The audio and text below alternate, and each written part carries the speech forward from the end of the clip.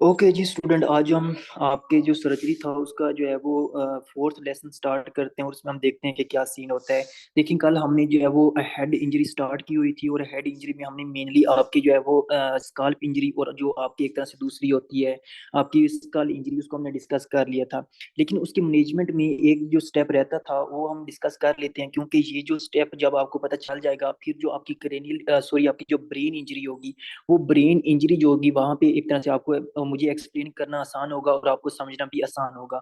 तो मैनेजमेंट में जो हमने मैनेजमेंट करनी थी आपके स्कल की इंजरी की मैनेजमेंट में, जो हमने पहला यहाँ पे एक चीज देखनी है वो होता है आपका ग्लासको कोमा स्केल। ठीक है, जिस चीज को अब हमने डिस्कस करना है ये होगा आपका एक तरह से ग्लासको कोमा स्केल, और ये बहुत ही इंपॉर्टेंट है, बहुत ही इंपॉर्टेंट है।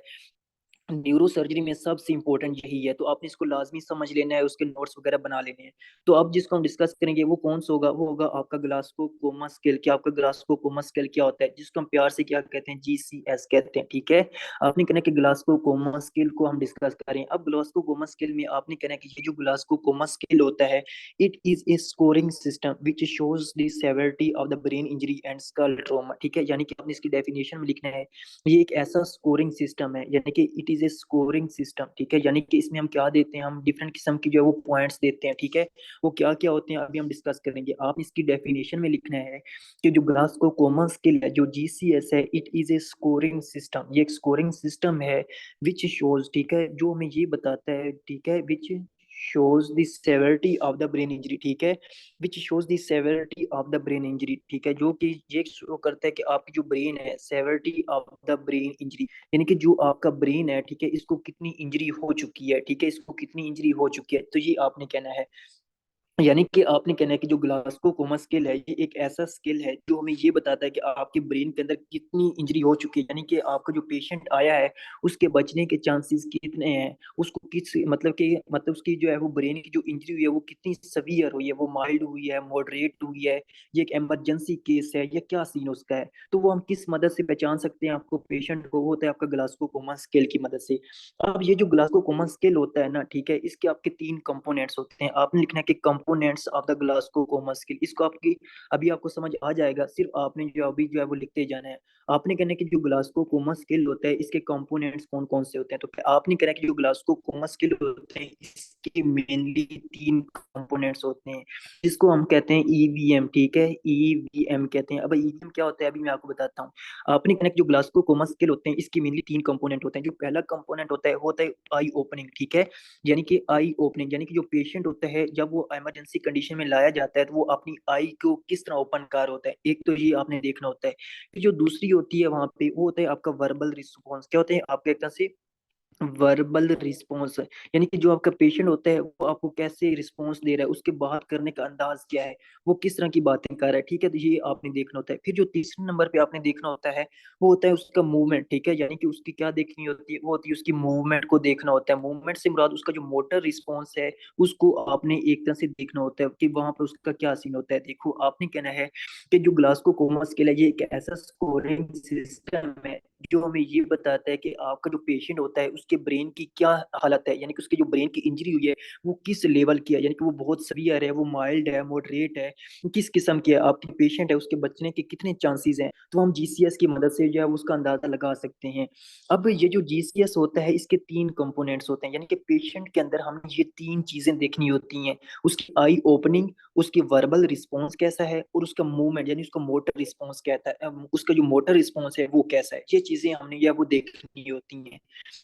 अब ये जो ग्लासको कोमा स्केल होता है, GCS होता है, इसके जो होते हैं ना, आपने याद रखें, इसके जो मिनिमम स्कोर होते हैं। ठीक है, यानी कि इसके जो मिनिमम स्कोर होते हैं, मिनिमम स्कोर इसको आपको समझ आ जाएगी, अभी सिर्फ आपने लिखना है। इसके जो मिनिमम स्कोर होते हैं वो होते हैं तीन। ठीक है, जो मिनिमम स्कोर होते हैं वो तीन होते हैं, जबकि जो मैक्सिमम स्कोर होते हैं, जो एक तरह से मैक्सिमम स्कोर होते हैं वो होते हैं आपके 15, यानी कि आपके 15 स्कोर होते हैं। ठीक है, यानी कि आपके जो कम से कम स्कोर होंगे वो तीन होंगे, लेकिन जो मैक्सिमम स्कोर होंगे, जो टोटल स्कोर होंगे वो आपने कहना है आपके 15 होंगे। ठीक है, तो ये आपने कहना है।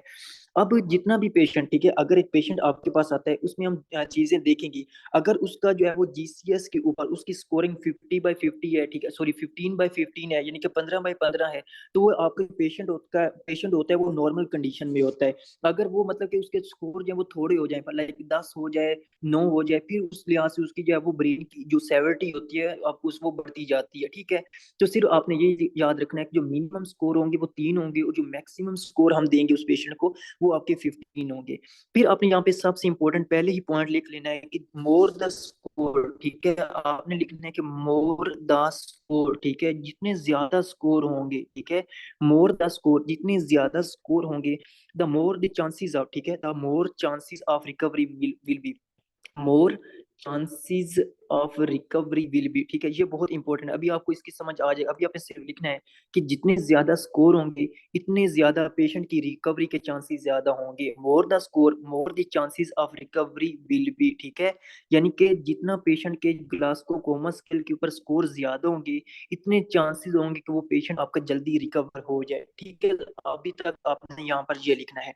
अब हम आगे आते हैं, और अभी तक आपको जो है वो तकरीबन समझ आ चुकी होगी, लेकिन अगर फिर भी आपको समझ नहीं है तो अब आपको जो है वो कंप्लीट समझ आ जाएगी। अब जो पहली चीज आपने यहाँ पे देखनी है, ठीक है, वो थी उसकी आई ओपनिंग, यानी कि जिसको हम पहले डिस्कस करेंगे वो कौन सी होगी, वो होगी उसकी एक तरह से आई ओपनिंग, ठीक है, यानी कि उसकी एक तरह से आई ओपनिंग होगी कि उसकी आई ओपनिंग का क्या सीन होता है। फिर जो आपकी दूसरे नंबर पे हम लिखेंगे वो होगी आपकी एक तरह से जो पेशेंट होगा उसका वर्बल रिस्पॉन्स, ठीक है। जो ईवीएम था उसका एक तरह से क्या था, उसका था आपका एक तरह से वर्बल रिस्पॉन्स, यानी कि जो पेशेंट था उसका वर्बल रिस्पॉन्स क्या है। फिर जो आपके तीसरे नंबर पे आता है वो हमने लिखना था उसका मोटर रिस्पॉन्स, यानी कि उसकी जो मूवमेंट है, जो उसका जो मोटर रिस्पॉन्स है उसका क्या सीन है, ठीक है, तो इसको हमने लिखना है। यानी कि तीन इंपॉर्टेंट कंपोनेंट्स हैं जिनको हमने यहाँ पे आज जो है वो डिस्कस करना है। देखो, आई ओपनिंग में आपने याद रखना है कि इसकी जो मतलब कि आप अभी हम लिखते हैं कि आई ओपनिंग में क्या क्या चीजें आपने चेक करनी है।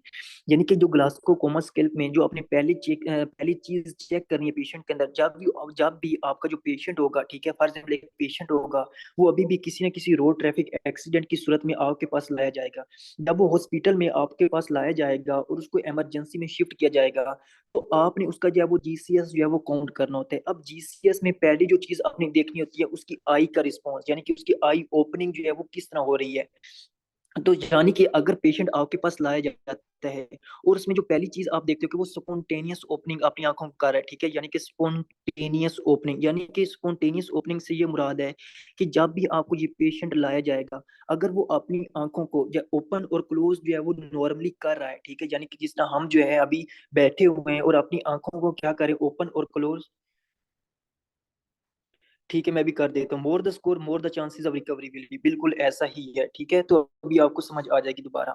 तो आपने कहना है कि फॉर एग्जाम्पल एक पेशेंट आपके पास लाया जाता है और वो नॉर्मली अपनी आंखों को जो है वो एक तरह से प्रॉपर क्लोज और ओपन कर रहा है, ठीक है, यानी उसको हम कहते हैं स्पॉन्टेनियस ओपनिंग। इसका मतलब ये होगा कि उसकी जो आई का रिस्पॉन्स है, आई का रिस्पॉन्स बिल्कुल ठीक है। तो ये आपने पहले लिखना है कि उसकी स्पॉन्टेनियस ओपनिंग, यानी कि उसकी आंखें हैं वो स्पॉन्टेनियस ओपन हो रही है, यानी कि ओपन और स्पॉन्टेनियस ओपनिंग एंड क्लोजिंग आप लिख सकती हो।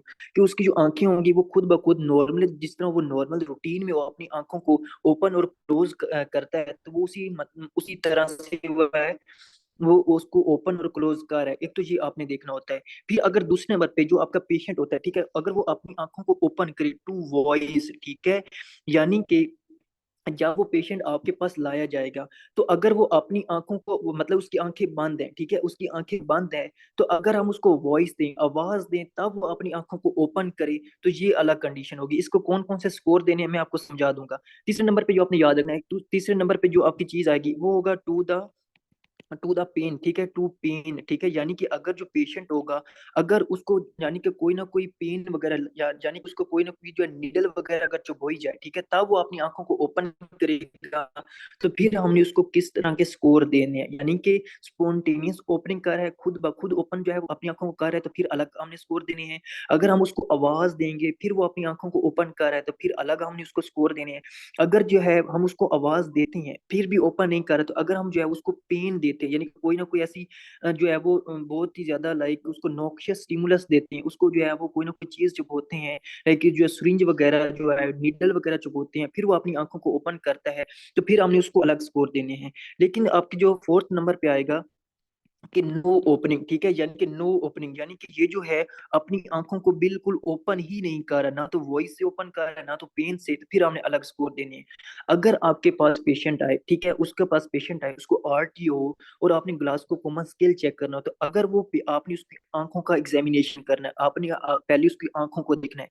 अगर तो वो अपनी आंखों को स्पॉन्टेनियस ओपन और क्लोज कर रहा है, तो आपने क्या करना है, आपने उसको जो है वो 4 नंबर देने हैं। कितने नंबर देने हैं आपने इसको? 4 नंबर देने हैं, यानी कि ये पेशेंट, इसको आपने हाईएस्ट ग्रेड देने हैं, 4 नंबर देने हैं।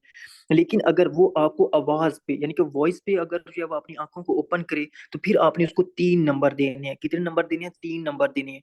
अगर पेन यानी कि अगर उसको पेन वगैरह आप देते हो, तो फिर वो अपनी आंखों को ओपन करता है, तो फिर आपने उसको 2 नंबर देने हैं।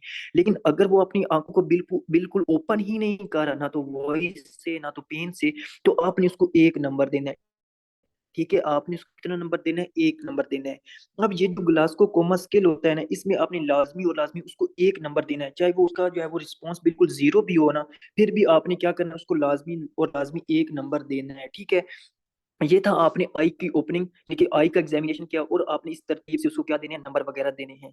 अगर आपके पास पेशेंट आता है, फिर आपने जो है दूसरे नंबर पे चेक करना है कि उसका वर्बल रिस्पॉन्स कैसा है, यानी कि उसका जो वर्बल रिस्पॉन्स है, उसके बात करने का जो अंदाज है वो कैसा है। अगर तो वो पेशेंट जो है वो नॉर्मल कन्वर्जेशन कर रहा हो, ठीक है, यानी कि ये जो पेशेंट है ये नॉर्मल कन्वर्जेशन कर रहा हो, ठीक है, यानी कि नॉर्मल कन्वर्जेशन कर रहा हो, यानी कि एक तो है वो नॉर्मल बातचीत कर रहा हो, आपसे गुफ्तगू कर रहा हो, फिर वो अलग बात है। ठीक है, उसको हमने अलग स्कोर देने हैं। अगर ये जो पेशेंट है, ठीक है, अगर ये पेशेंट है ये आपकी डिसओरिएंटेड कन्वर्सेशन कर रहा हो, ठीक है, यानी कि डिसओरिएंटेड कन्वर्सेशन कर रहा हो, ठीक है, डिसओरिएंटेड कन्वर्सेशन कर रहा हो, यानी कि ये जो है अजीब बातें कर रहा हो, अजीब ही गुफ्तगू कर रहा हो, तो फिर आपने उसको अलग जो है वो नंबर देने हैं। फिर तीसरे नंबर पे आपने कहना है कि अगर ये जो पेशेंट होगा, ठीक है, यानी कि ये जो पेशेंट होगा ये सिर्फ only word but no sentence, यानी कि ये जो पेशेंट होगा इससे जब आप बात करते हो तो ये सिर्फ जो है वो कुछ वर्ड्स कहता है, कुछ अल्फाज कहता है, लेकिन नो सेंटेंस। ठीक है, यानी कि पूरा सेंटेंस जो है वो नहीं कहता। ये अब कौन सी कंडीशन आ गई? जो हमने आफेजिया वाला पढ़ा था, ठीक है, जो हमने आफेजिया वाला कॉन्सेप्ट पढ़ा था वो अब रिपीट हो रहा है यहाँ पे। तो यानी कि आपने कहना है कि सिर्फ मतलब कि आप उससे बातें करती हो और सिर्फ वो मतलब कि वर्ड्स, यानी कि वो एक बात करता है फिर रुक जाता है, फिर बात करता है फिर रुक जाता है, तो यानी कि इससे आपने कौन से कितने नंबर देने हैं। ठीक है, फिर ये जो पेशेंट होगा, यानी कि ये जो पेशेंट होगा ये नो वर्ड, यानी कि कोई वर्ड्स भी नहीं कहता।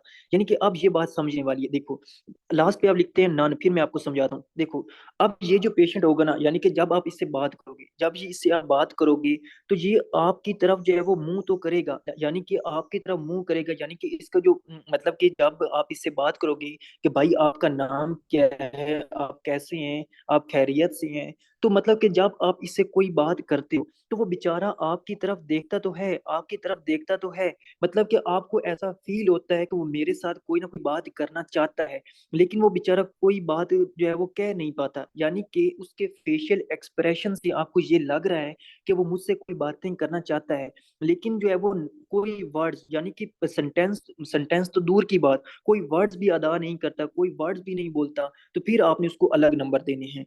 ठीक है, आई होप सो कि इसका आपको समझ आ चुकी होगी। लेकिन अगर जो है वो ना तो आपकी तरह मुंह करता है, ठीक है, ना तो कोई वर्ड्स वगैरह अदा करता है, ना तो मतलब कि उसको डिसओरिएंटेड कन्वर्सेशन होती है, यानी कि उसका कोई भी रिस्पॉन्स नहीं होता, तो फिर आपने उसको अलग नंबर देने होते हैं।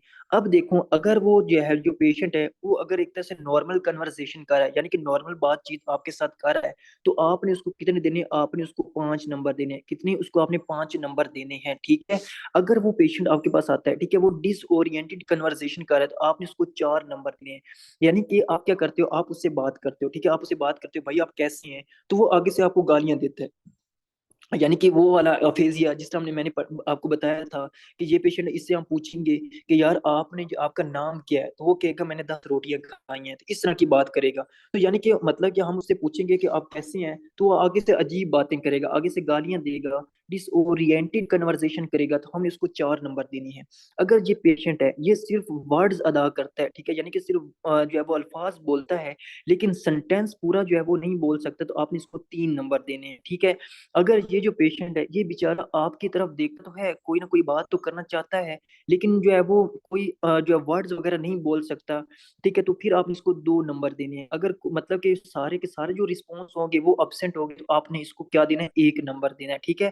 कितने नंबर देना है, 1 नंबर देना है, ठीक हो गया। फिर आगे आते हैं अब मोटर रिस्पॉन्स की तरफ कि आपका जो मोटर रिस्पॉन्स होता है इसका क्या सीन होता है।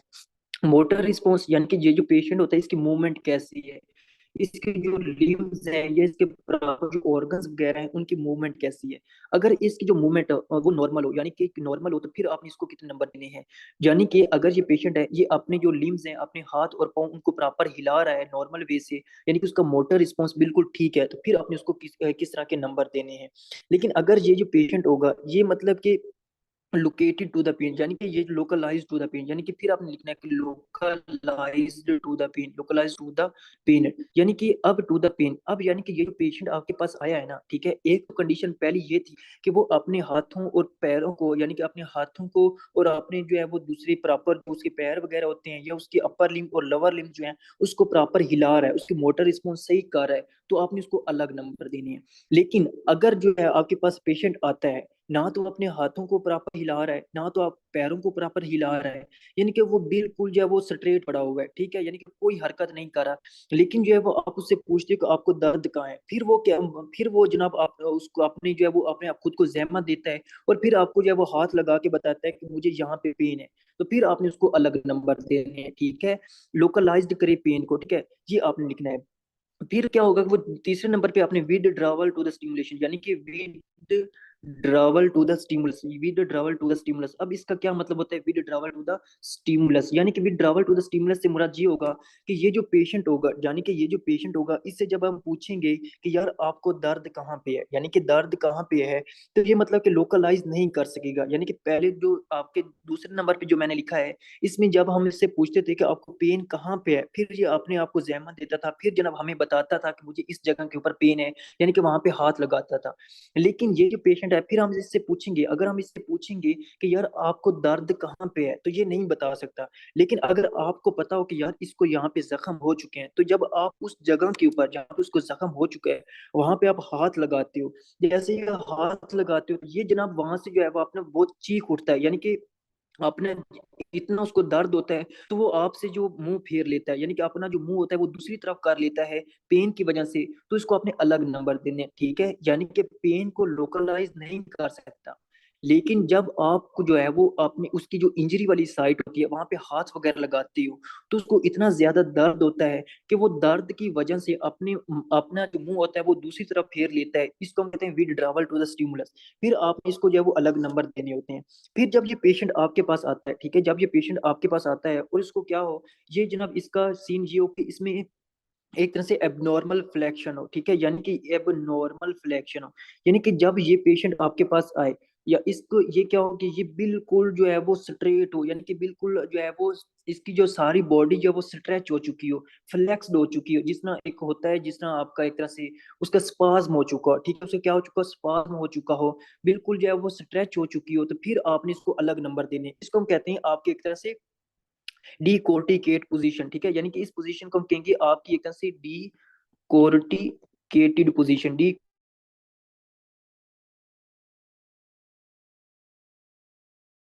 का उसकी जो बॉडी होगी वो बिल्कुल जो कि वो मतलब कि स्ट्रेच हो चुकी होगी, बिल्कुल जो है वो एक तरह से जिस तरह उसको स्पाज्म हो चुका होता है इस तरह हो चुकी होगी, जिसको हम कहते हैं डी कोर्टिकेटेड पोजीशन। पांचवें नंबर पे आपने मतलब जो लिखना है वो होता है एबनॉर्मल रिलैक्सेशन, यानी कि ये जो पेशेंट होगा अगर इसकी जो बॉडी होगी एबनॉर्मल रिलैक्सेशन होगी, यानी कि जो बॉडी होगी ये बिल्कुल रिलैक्स हो चुकी होगी, यानी कि जो बिल्कुल ढीली ढाली हो चुकी होगी, यानी कि जिस तरह इसमें कोई जान भी नहीं होती, तो फिर आपने इसको क्या कर देना है, अलग नंबर देने हैं। एबनॉर्मल फ्लेक्शन होती है और इसको हम कहते हैं आपकी एक तरह से डी सेरिब्रेटेड पोजीशन, इसको हम कहते हैं आपकी एक तरह से डी सेरिब्रेटेड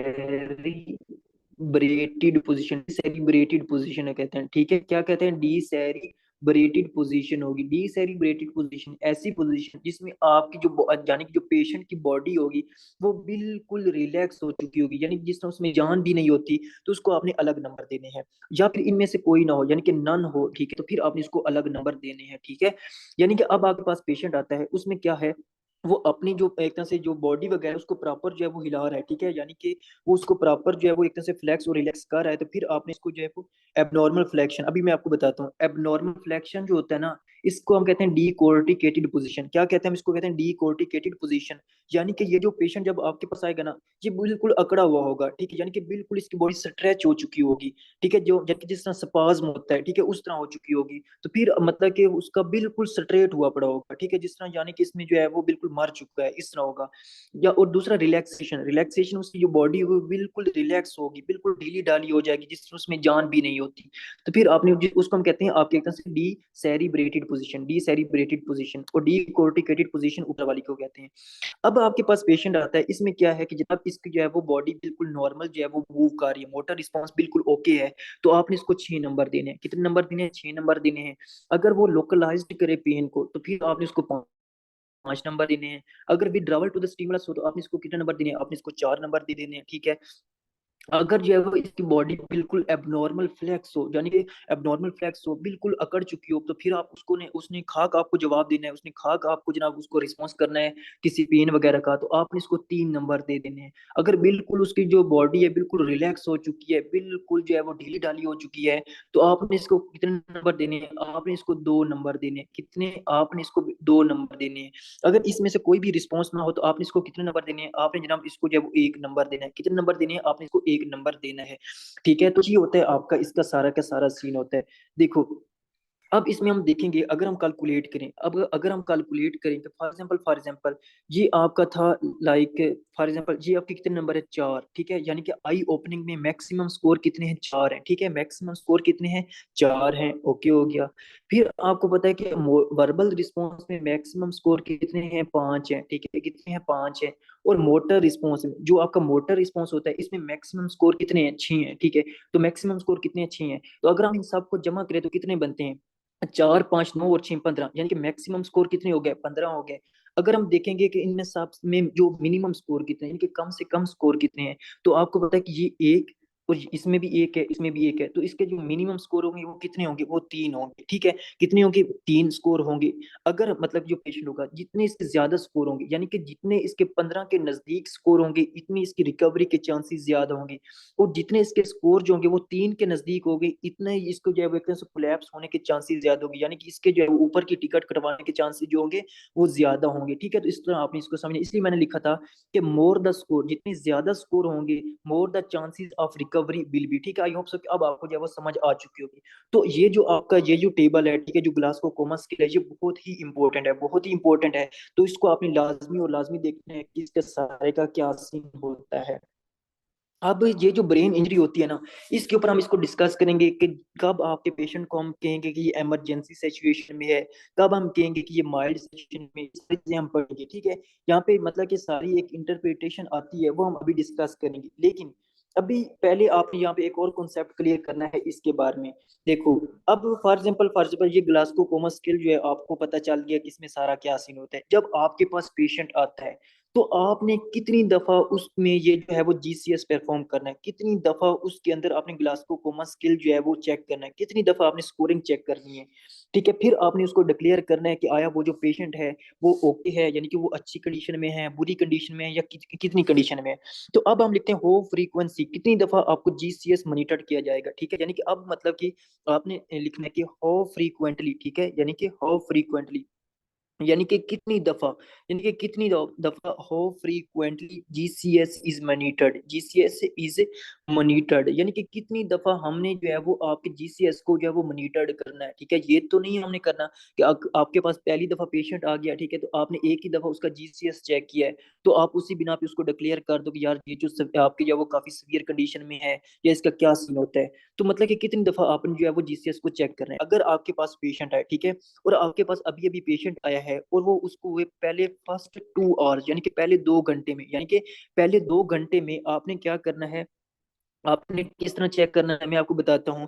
फिर जो है वो नेक्स्ट आपके एक तरह से नेक्स्ट 4 आवर यानी कि अगले 4 घंटे में आपने कितनी दफा चेक करना है। फिर आपका जो है वो आफ्टर 6 आवर, ठीक है, यानी कि आफ्टर 6 आवर्स फिर आपने कितनी दफा चेक करना है, ठीक है। तो ये यानी कि अगर आपके पास पेशेंट आता है, ठीक है, आपके पास पेशेंट आता है तो आपका पेशेंट जब आएगा तो पहले 2 घंटे में आपने कितनी दफा उसका जीसीएस मॉनिटर करना है। तो आपने हर आधे घंटे बाद यानी कि एवरी यानी कि आपने याद रखना कि एवरी हाफ आवर यानी कि आपने पहले 2 घंटे में हर आधे घंटे के बाद आपने उसका जीसीएस जो है वो चेक करना है। यानी कि आपने पहले 2 घंटे में तकरीबन 4 दफा उसका जो जीसीएस है उसको कैलकुलेट करना है, ठीक है। और उसके बाद जब पहले 2 घंटे गुजर जाएंगे, अगर वो जो नेक्स्ट 4 आवर्स होंगे, जो अगले 4 घंटे होंगे, उसके बाद आपने एवरी 1 आवर यानी कि हर एक घंटे के बाद जो होगा उसका एक तरह से वो चेक करने हैं, क्या मतलब जीसीएस को चेक करना है, ठीक है। यानी कि दोबारा से आपने 4 दफा उसका जो जीसीएस होगा उसका आपने चेक करना है। यानी कि अगले 4 घंटे में आपने हर एक घंटे के बाद उसका क्या करना है, जीसीएस को चेक करना है। फिर जो पेशेंट आपके पास आएगा और अगले अब जब उसको मतलब कि आया आपके पास 6 घंटे हो चुके हैं, तो 6 घंटे के बाद आपने हर 2 घंटे के बाद, ठीक है, every 2 hours after every 2 hours, तो आपने हर 2 घंटे के बाद उसका जो है वो जीसीएस को चेक करना है, ठीक है। तो ये आपका क्राइटेरिया होता है कि इसका क्या सीन होता है। पहले 2 घंटे में आपका पेशेंट आए तो आपने हर आधे घंटे के बाद चेक करना है। अगले 4 घंटे में आपने हर एक घंटे के बाद चेक करना है। और 6 घंटे के बाद, ठीक है, 6 घंटे के बाद आपने हर 2 घंटे के बाद उसके अंदर चेक करना है। आई होप सो कि आप इसकी समझ आ चुकी होगी कि इससे क्या है। अब आती है कंडीशन, यानी कि अब जो है एक कंडीशन आपकी रह जाती है कि यानी कि इस पेशेंट को कितने नंबर्स होंगे, तो हमने इसको डिक्लेयर करना है कि इसकी जो है वो ये किस कंडीशन के ऊपर है। यानी कि अगर उसके अंदर जो है वो 5 नंबर हैं, 15 में से 5 नंबर है, तो फिर हमने उसको कंडीशन कैसे जो है वो बतानी है। अगर उसके अंदर 10 नंबर है तो फिर हमने कैसी कंडीशन बतानी है। वो उससे पहले यानी कि उसको हमने डिस्कस करेंगे, लेकिन उससे पहले आपको पहले ये मैं आपको बता देता हूँ, क्योंकि हमने इसके ब्रेन इंजरी को डिस्कस करना है, इसके बाद हमने ब्रेन इंजरी को डिस्कस करना है। फिर वहां पे मैं इस चीज को दोबारा एक्सप्लेन करूंगा तो आपको समझना आसान होगा। अभी तक आपने सिर्फ ये समझना है कि मतलब कि अब आपने पेशेंट को कब डिस्चार्ज करना है, ठीक है, यानी कि डिस्चार्ज क्राइटेरिया क्या है। डिस्चार्ज क्राइटेरिया अब इसका क्या मतलब होगा, मैं आपकी अभी आपको समझाता हूँ कि डिस्चार्ज क्राइटेरिया क्या है। Discharge criteria in mild and head injury in minor, ठीक है, डिस्चार्ज क्राइटेरिया इन माइनर, ठीक है, in minor and mild head injury, in minor and mild head injury. देखो, अब हम पढ़ेंगे यानी कि कब हमने जो है वो कितने नंबर के ऊपर जो है वो पेशेंट को हमने कहना है कि उसके माइनर इंजरी है, कितने नंबर होंगे, कितनी स्कोरिंग होगी तो उसको हम कहना है कि माइल्ड हेड इंजरी है। कितने नंबर्स होंगे तो हमने कहना है कि ये इमरजेंसी सिचुएशन है। कितने नंबर्स होंगे, कितने स्कोर होंगे तो हमने कहना है ये सीवियर केस है। तो उससे पहले आपने ये हमने डिस्कस करते हैं कि हमने जो पेशेंट होगा उसको हमने कब डिस्चार्ज करना है, ठीक है। यानी कि आपका जो जीसीएस है, जो आपका जीसीएस है उसके ऊपर कितने स्कोर आ जाए। पेशेंट आपके पास आता है, ठीक है, पेशेंट आपके पास आएगा, आप उसका जीसीएस जो है वो डिफरेंट टाइम के ऊपर लेते हो जो मैंने ऊपर बताया आपको। तो उसके कितने नंबर आए और क्या क्या क्राइटेरिया है, तो आपने कहना है कि यार ये पेशेंट जो है ये ओके है, आप इसको जो है वो घर ले जा सकते हो, ठीक है। यानी कि आपने पेशेंट को हॉस्पिटल से डिस्चार्ज करना है तो क्या क्राइटेरिया है। तो आपने याद रखना है कि अगर जो पेशेंट है उसका जो जीसीएस है यानी कि जो ग्लासको कोमा स्केल है वो 15/15 हो, ठीक है, 15/15 हो, यानी कि 15 में से 15 ही नंबर हो, विद नो फोकल डेफिशिएंट्स, ठीक है, विद नो फोकल डेफिशिएंट्स। यानी कि ये जो पेशेंट होगा यानी कि ये जो पेशेंट होगा ये इसकी बातचीत वगैरह सही कर रहा है, यानी कि इसकी जो बात करने का अंदाज है, जो सारी जो दूसरी कंडीशन है ये बिल्कुल ठीक है। और साथ इसका क्या है कि इसके जो स्कोर है वो 15/15 है, ठीक है, 15/15 है, तो फिर आपने इसको कहना कि बिल्कुल ओके है, आप इसको घर ले जा सकते हो। अगर ये जो पेशेंट है इसका आप जो है वो एनसीसीटी करवाते हो, क्या करवाते हो आप, सीटी स्कैन करवाते हो, वो भी क्या हो, वो नॉर्मल हो, ठीक है, यानी कि नॉर्मल एनसीसीटी, यानी कि आप कह सकते हो कि जो आपका एनसीसीटी है वो बिल्कुल नॉर्मल हो, ठीक है। जो अगर आप जो है उसका सीटी स्कैन वगैरह करवाते हो, नॉन कॉन्ट्रास्ट सीटी स्कैन करवाते हो और वो आपको नॉर्मल मिलता है, एक तो ये क्राइटेरिया हो गया। अब ये जो पेशेंट है, ठीक है, याद रखें ये बहुत ही इंपॉर्टेंट पॉइंट है, यानी कि ये जो पेशेंट है नॉट अंडर, ठीक है, under not under the influence of alcohol and drugs, not under the influence of, ठीक है, not under the influence of drugs, ठीक है, not under the influence of drugs और अल्कोहल्स, ठीक है, अल्कोहल। देखो, अगर आपके पास पेशेंट आता है, ठीक है, आपके पास पेशेंट आता है, उसको जनाब आरटीओ हुआ है और साथ उसको क्या है कि जनाब उसको जो है वो मतलब कि हेड इंजरी हो चुकी चुकी है। अब हेड इंजरी हो चुकी है तो उसका जो जीसी है वो तो 15/15 है, ठीक हो गया। फिर उसका सीटी स्कैन करवाया, वो भी नॉर्मल है। लेकिन अगर ये पेशेंट है, अगर ये पेशेंट जो है ये ड्रग्स वगैरह लेता है, यानी कि ये वो मतलब कि आप समझ सकते हो ड्रग्स वगैरह लेता है और अल्कोहल वगैरह का यूज करता है, तो फिर आपने इसको कभी डिस्चार्ज नहीं करना। क्योंकि जो अल्कोहल होगा, अगर जो पेशेंट अगर आप उसको डिस्चार्ज करोगे, ठीक है, अगर आप उसको हॉस्पिटल से डिस्चार्ज करोगे, हो सकता है कि वो जाके दोबारा से अल्कोहल वगैरह जो है उसका उसका इंटेक कर ले, ड्रग्स वगैरह लेना स्टार्ट कर दे, तो जिसकी वजह से उसको जो है वो मतलब कि हेड इंजरी के जो चांसेस होंगे, यानी कि जो हेड इंजरी है उसमें अगर उसको सीजर आने के चांसेस होंगे, तो सीजर जो होंगे वो और ज्यादा आ सकते हैं, ठीक है। यानी कि आपको पता है ना कि जो आपकी अल्कोहल वगैरह होती हैं या जो भी आपकी दूसरे चर्च वगैरह होती है, वो आपको सीजर वगैरह की जो होती है ना, जो आपका एक तरह से पॉइंट होता है, ठीक है, जिसको हम थ्रेश होल्ड पॉइंट कहते हैं, जो सीजर का थ्रेश होल्ड पॉइंट है उसको कम कर देते हैं, तो इन लोगों में जो सीजर आने के चांसेस बहुत ज्यादा होते हैं, ठीक है।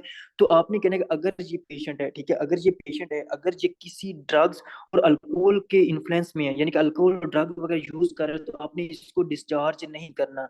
अगर आपने डिस्चार्ज करना है, यानी कि उसमें ये दोनों क्राइटेरिया जो है वो सही हैं, लेकिन ये जो ड्रग वगैरह ले रहे हैं, ड्रग और अल्कोहल ले रहे हैं, तो आपने इसके जो है वो दूसरे जो अटेंडेंट्स होंगे, इनके घर वाले होंगे, आपने इनको कहना है कि आपने इसकी प्रॉपर मॉनिटरिंग करनी है, यानी कि इसके ऊपर नजर रखनी है। ये ना हो कि ये बाहर चला जाए और वहां पे अल्कोहल वगैरह पीता फिरे, और फिर इसमें जो है वो काफी सिम्टम्स आ सकती हैं, तो ये आपने याद रखना है।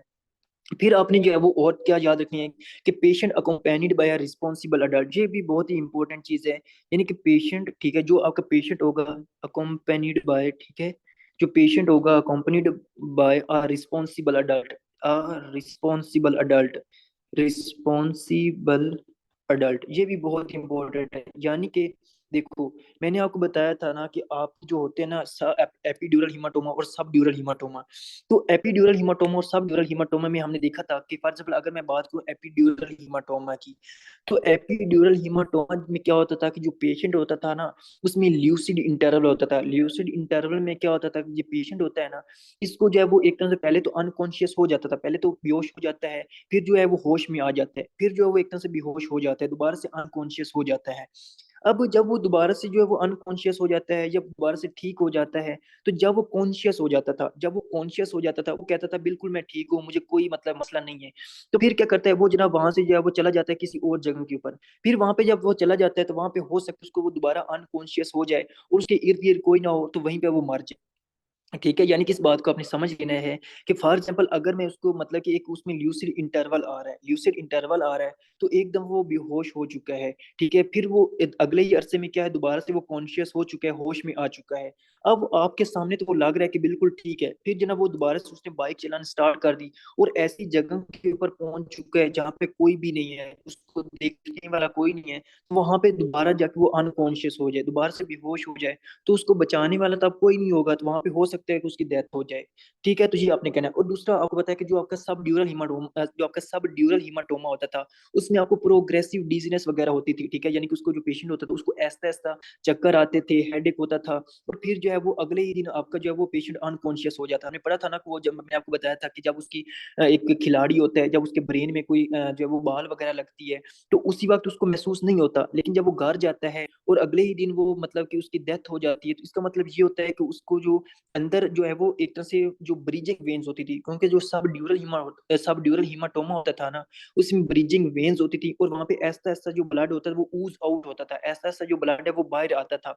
तो इस वजह से उसको जो है वो ऐसा ऐसा जो है वो मतलब कि बाद में उसको फीचर्स आते थे।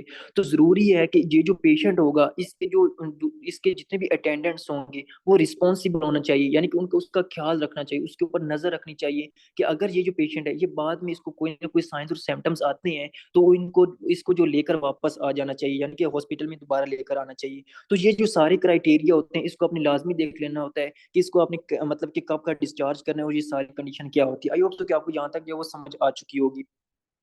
अब ये जो चीजें थी आपको इसके बारे में पता होना चाहिए कि इसका क्या सीन होता है। अब हम देखते हैं कि आगे जो आपकी ब्रेन इंजरी है वो क्या है, ठीक है। अब यानी कि जो ग्लासको कोमा स्केल है, इसके बारे में आपने ये चीजें लाजमी और लाजमी याद कर लेनी। अब जो तीसरे नंबर पे आपकी आती थी आपके हेड इंजरी, जो तीसरे नंबर पे आपकी हेड इंजरी आती थी वो कौन सी थी, वो थी आपकी एक तरह से ब्रेन इंजरी, ठीक है। कौन सी थी, वो थी आपकी एक तरह से ब्रेन इंजरी। और ब्रेन इंजरी को हम डिस्कस करते हैं कि ब्रेन इंजरी का क्या सीन होता है। हाँ बिल्कुल, अकेला नहीं छोड़ना इसमें। तो अब इसमें आता है आपकी ब्रेन इंजरी के ब्रेन इंजरी का क्या सीन होता है। अब देखो ये जो ब्रेन इंजरी होती है ना, इसको मतलब कि आपकी जब स्काल भी डैमेज हो जाती है, आपकी जो ऊपर की स्काल्प है वो भी डैमेज हो जाती है, उसके बाद आपका जो तीसरे नंबर पे जब हेड इंजरी हो जाए जिसको हम ब्रेन इंजरी कहते हैं, तो इसका क्या क्राइटेरिया होता है, ठीक है। तो ये जो ब्रेन इंजरी होती है, यानी जब आपकी ब्रेन की कोई ना कोई इंजरी वगैरह हो जाती है, उसमें क्या सीन होते हैं। तो जो आपकी ब्रेन इंजरी होती है, हमने इसको क्लासिफाई किया हुआ है बेस्ड ऑन द जीसीएस, ठीक है। अब आपने लिखना है कि क्लासिफिकेशन, ठीक है। यानी कि ब्रेन इंजरी का तो आपको पता है, सिंपल सी टर्म है कि इसका क्या सीन होता है। अब हम आते हैं क्लासिफिकेशन ऑफ ब्रेन इंजरी, यानी कि जो आपकी ब्रेन इंजरी है, ब्रेन इंजरी, ठीक है, जो classification of brain injury based on, ठीक है, based on Glasgow coma scale, ठीक है, ग्लासको कोमा स्किल। यानी कि जो ब्रेन इंजरी होगी उसको हमने क्लासिफाई करना है ग्लासको कोमा स्केल के ऊपर। यानी कि क्या मतलब, फॉर एग्जाम्पल अगर जी पेशेंट है, ठीक है, अगर जी पेशेंट है, इसके जो स्कोर है वो 15/15 है, यानी कि 15/15 है, with out loss of consciousness, ठीक है, with out loss of consciousness, ठीक है। यानी कि ये जो पेशेंट है विदाउट लॉस ऑफ कॉन्शियसनेस, ठीक है, यानी कि ये जो पेशेंट है, ठीक है, ये बिल्कुल नॉर्मल है, बिल्कुल नॉर्मल है। इसके जो ग्लासको कोमा स्केल के ऊपर जो स्कोर है वो 15/15 है, और बिल्कुल ये होश और हवास में है।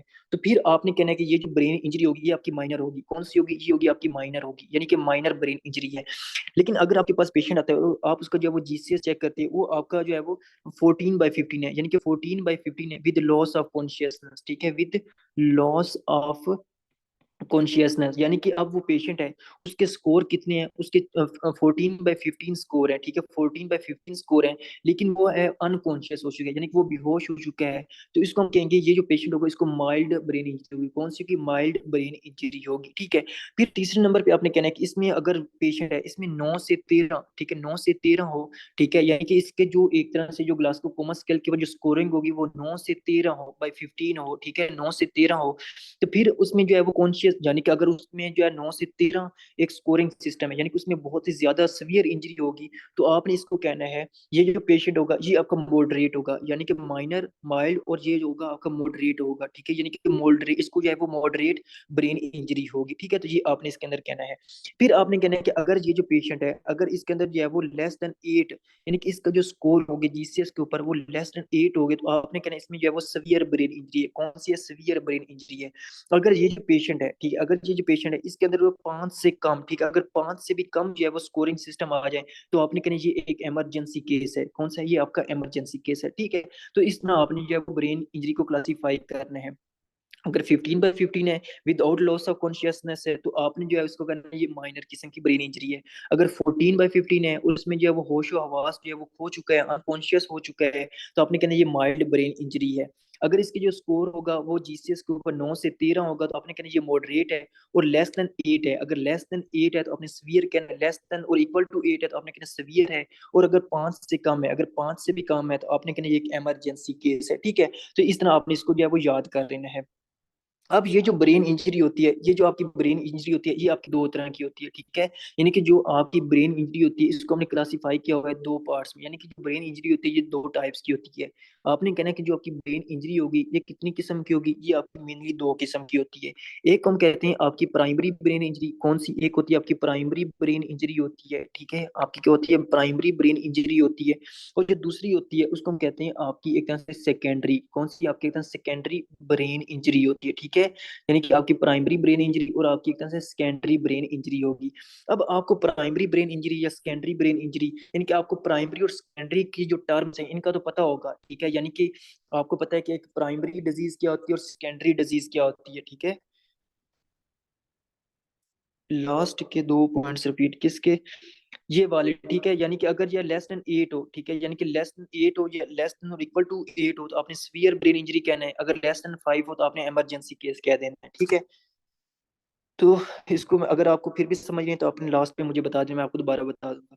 तो प्राइमरी ब्रेन इंजरी और सेकेंडरी ब्रेन इंजरी का क्या असर होता है? देखो, प्राइमरी ब्रेन इंजरी यानी कि कोई भी प्राइमरी डिजीज है या सेकेंडरी डिजीज है, इसके बारे में तो आपको पता होगा कि प्राइमरी ब्रेन इंजरी या कोई भी प्राइमरी डिजीज कैसे कहते हैं। यानी कि अगर एक ऑर्गन के अंदर का मसला है, ऑर्गन के अंदर का मसला है, और वहां पे उसको कोई ना कोई डिजीज हो रही है, तो आपने कहना ये प्राइमरी डिजीज है। अगर मसला किसी और ऑर्गन में है और उसकी वजह से एक और ऑर्गन अफेक्ट हो रहा है तो उसको हम सेकेंडरी डिजीज कहेंगे। अब जो प्राइमरी ब्रेन इंजरी होती है ना, इसमें क्या होता है कि आपके ब्रेन के अंदर जो है वो कोई ना कोई मसला होता है, ठीक है, यानी कि आपका जो ब्रेन होता है, इस बेचारे के अंदर कोई ना कोई मसला होता है। अब कौन सा मसला होता है वो मैं अभी आपको बताता हूँ। एक जो मसला आपने याद रखना है वो हो सकता है इसमें ट्रॉमा, ठीक है, यानी कि क्या हो जाए, इसका ट्रॉमा हो जाए, यानी कि आपका जो है वो आरटी हो जाए, रोड ट्रैफिक एक्सीडेंट हो जाए। यानी कि आप क्या है कि आप जो है वो जा रहे हैं, ठीक है, आप रोड पे जा रहे हैं और अचानक से जो है वो आपका लाइक किसी जो है वो किसी चीज से आपका एक्सीडेंट होता है, और एक्सीडेंट होने की वजह से आपके ब्रेन की इंजरी हो जाती है, ठीक है, तो उसको हम क्या कहेंगे, उसको हम आपकी ब्रेन इंजरी कहेंगे। क्या कहेंगे? प्राइमरी ब्रेन इंजरी कहेंगे। यानी कि किसी ट्रॉमा या रोड ट्रैफिक एक्सीडेंट की वजह से जो है वो आपको जो इंजरी होगी ब्रेन की, उसको हम प्राइमरी ब्रेन इंजरी कहेंगे।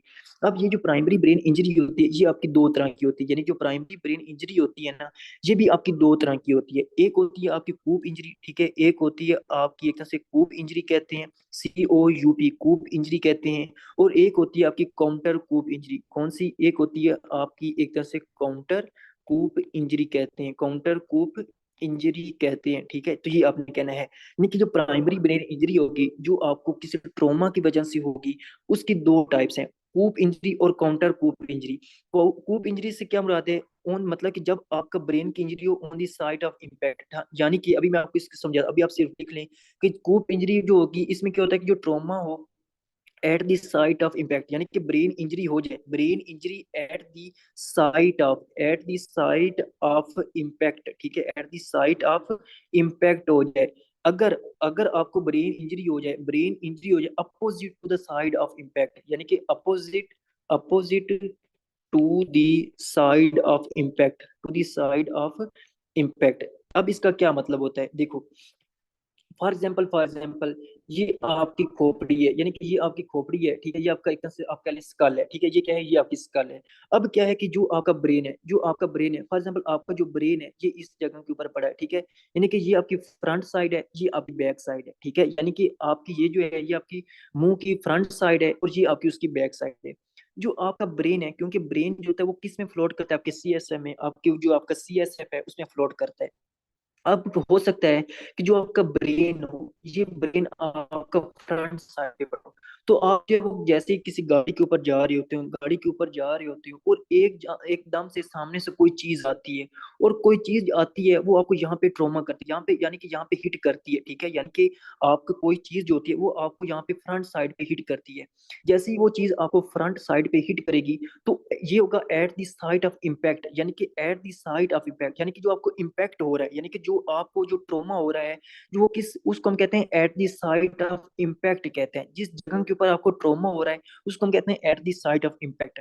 जब आपको सामने से, अगर आपका ब्रेन सामने है, फ्रंट साइड पे है, और सामने से ही आपको कोई चीज हिट कर रही है, ट्रोमा आपको सामने से ही हो रहा है, तो उसी जगह के ऊपर, और वो ट्रोमा यानी कि वो ट्रोमा इसी जगह के ऊपर आपके ब्रेन को भी इंजर्ड कर दे, आपके ब्रेन को भी इधर ही इंजर्ड कर दे, तो उसको हम कहेंगे कूप इंजरी, ठीक है, यानी कि उसको हम कहेंगे कूप इंजरी कहेंगे। At the site of impact, यानी कि आपके स्कल को ट्रॉमा हुआ और वहां पे आपके फ्रंट साइड पे अगर स्कल का ट्रॉमा हो और वहीं पे आपका ब्रेन पड़ा है, तो वहीं पे ही आपका ब्रेन की भी इंजरी होगी, तो उसको हम कहते हैं कूप इंजरी।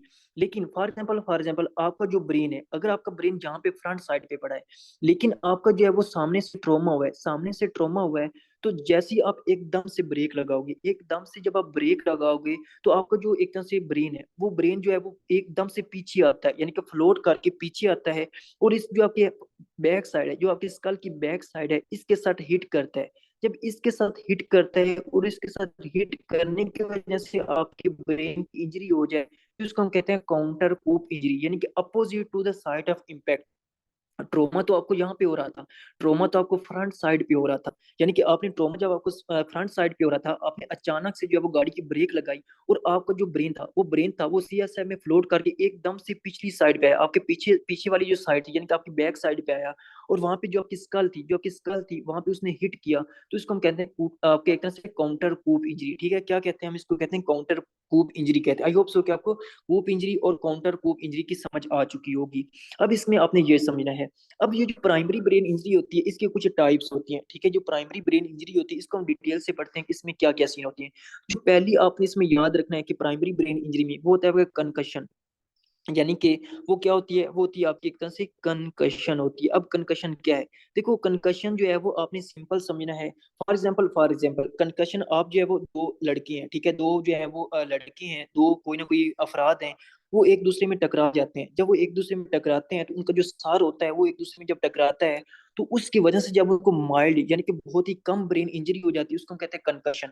यानी कि आपने अक्सर देखा होगा कि फॉर एग्जाम्पल कोई क्रिकेट खेल रहा है, कोई क्रिकेट खेल रहा है तो उसमें आपने देखा होगा कि उसके जो सर के ऊपर जो वो गेंद वगैरह लग जाती है, ठीक है, आपने अक्सर देखा होगा बाउंसर वगैरह लगते हैं तो उनके सर के ऊपर बाउंसर लगते हैं, तो वो अक्सर जो है वो मतलब वहीं पे लेट जाते हैं। ऐसे ही आपने देखा होगा कि उनके जब भी उनको जो है वो बाउंसर होता है तो वो बाउंस जो होता है वो उनके जो है वो उसके जो है वो हेड के ऊपर हिट करती है वो बॉल, और वो वहीं पे जो है वो एक तरह से वो मतलब कि जो है वो लंबी हो जाती है, ठीक है, वहां पे जो है वो मतलब कि एक तरह से जो है उनको मतलब अपसेट हो जाते हैं। तो उसको हम कहते हैं कंकशन। उसको हम क्या कहते हैं? कंकशन। यानी कि कंकशन जो होती है जब भी दो प्लेयर्स या दो प्लेयर्स हो गया या कोई गेंद वगैरह आपके सर के ऊपर लगती है और उसकी वजह से आपके ब्रेन की बहुत कम जो है वो इंजरी हो जाती है, तो उसको हम कहते हैं कंकशन कहते हैं। क्या कहते हैं? कंकशन कहते हैं।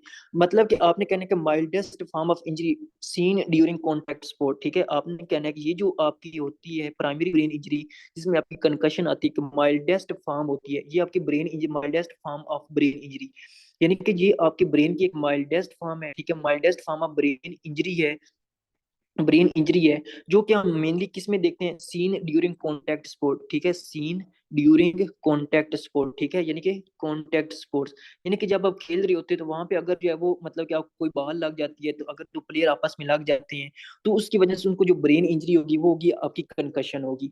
अब ये जो कंकशन होती है ये आगे इसकी टाइप होती है, यानी कि इसकी क्या होती है, इसको हमने वो कुछ ग्रेड देने होते हैं, ठीक है, इसको हम कहते हैं आपकी टाइप वन होती है, ठीक है, जो कंकशन होती है वो टाइप वन की है, या जो कंकशन है वो टाइप टू की है, या जो आपकी कंकशन है वो आपकी टाइप थ्री की है, ठीक है। अगर कंकशन में जो पेशेंट है, ठीक है, जो पेशेंट है या कोई प्लेयर वगैरह है, अगर उसको बॉल लगी, उसके जो है वो सर के ऊपर बॉल लगी है, तो वहां पे वो सिर्फ कंफ्यूज है, यानी कि उसको कंफ्यूजन हुआ है, तो उसको हम कहेंगे इसको कंकशन हुई है, लेकिन ये टाइप वन की है। आपने अक्सर देखा होगा कि जैसे ही प्लेयर को जो है वो कोई ना कोई बॉल हिट करती है, उसके बाउंस वगैरह लगता है, तो उसी वक्त क्या होता है कि एक साइकेट्री आता है, तो साइकेट्री क्या करता है, उसको उसके साथ बातें करता है, यानी कि वो जब बातें करता है तो उससे वो पता चला लेता है कि यार ये जो प्लेयर है ये कंफ्यूज तो नहीं है, यानी कि इसको जो ब्रेन इंजरी हुई है ये बहुत सीवियर किस्म की तो नहीं हुई, तो उस लिहाज से वो उसको पता चला लेता है कि यानी कि अगर वो कंफ्यूज होगा, यानी कि उसको कंकशन हुआ है और वो कंफ्यूज हुआ है, तो वो कहेगा कि इसको कंकशन टाइप वन हुआ है, कंकशन टाइप वन हुआ है, यानी कि इसमें सिर्फ वो कंफ्यूज हुआ है।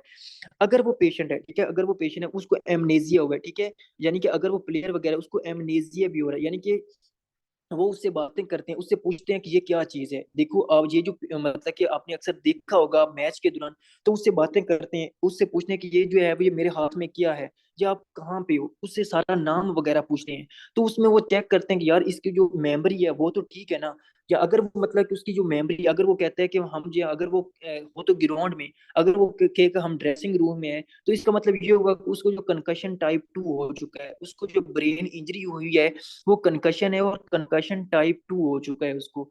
अगर वो जो पेशेंट है, अगर वो प्लेयर है, ठीक है, अगर वो लॉस ऑफ कॉन्शियसनेस, ठीक है, लॉ यानी कि अगर वो बेहोश हो जाए, अगर उसको गेंद लगी, उसको बाउंसर वगैरह लगे, तो वो मतलब कि अनकॉन्शियस हो जाए, वो बेहोश हो जाए, तो उसको कहेंगे कंकशन टाइप थ्री कहेंगे। क्या कहेंगे? कंकशन टाइप थ्री कहेंगे। आई होप सो कि आपको समझ आ रही होगी, ठीक है, तो ये आपने इसके देखना है। अब क्या होता है कि जो कंकशन होती है इसकी मतलब कि आपने कैसे मतलब कि इसकी मतलब डायग्नोज कैसे करोगे, तो आपने जैसे इसको डायग्नोज करना है वो तो आपका एनसीसीटी करवाओगे। क्या करवाओगे आप? एनसीसीटी करवाओगे, जो कि आपको हमेशा मोस्टली केसेस में आपको क्या मिलता है? नॉर्मल मिलता है। जो कंकशन में आप जब उसका ब्रेन इंजरी चेक करने के लिए उसका एनसीसीटी करवाओगे, यानी कि नॉन कॉन्ट्रास्ट स्कैन करवाओगे, वो आपको नॉर्मल ही मिलता है, ठीक है, अक्सर औकात। लेकिन फिर आपने जो है वो मतलब इसमें आपने आपके जो डायग्नोज भी करवा लिया, फिर आपने इसको मैनेज कैसे करना है, यानी कि इसको जो है अपनी ट्रीट कैसे करना है। ट्रीट इसकी सिंपल है, यानी कि इसको जो है वो माइल्ड इंजरी हुई है, माइल्ड ब्रेन इंजरी हुई है, तो इसको हमने कहना है आपने कंप्लीट रेस्ट करें, यानी कि इसको हमने कहना है complete break from the contact sports, यानी कि ये आप जो वो खेलना वगैरह बंद करें और कंप्लीट रेस्ट करें। तो इसमें आपने जो कहना है कि ये ब्रेक फ्रॉम कॉन्टैक्ट स्पोर्ट, यानी कि जो वो मतलब कि गेम वगैरह कर रहा है, तो वहां से क्या ले, आपकी जो है वो ब्रेक ले, यानी कि वहां पे जो है वो एक छुट्टी ले, और क्या करे? कंप्लीट बेड रेस्ट करे, ठीक है, क्या करे? कंप्लीट बेड रेस्ट करे, ठीक है। तो ये इसका क्या होता है, ये इसका जनाब होता है इसकी मैनेजमेंट, ठीक है। तो ये कंकशन होती है, तो कंकशन के बारे में आपको पता होना चाहिए।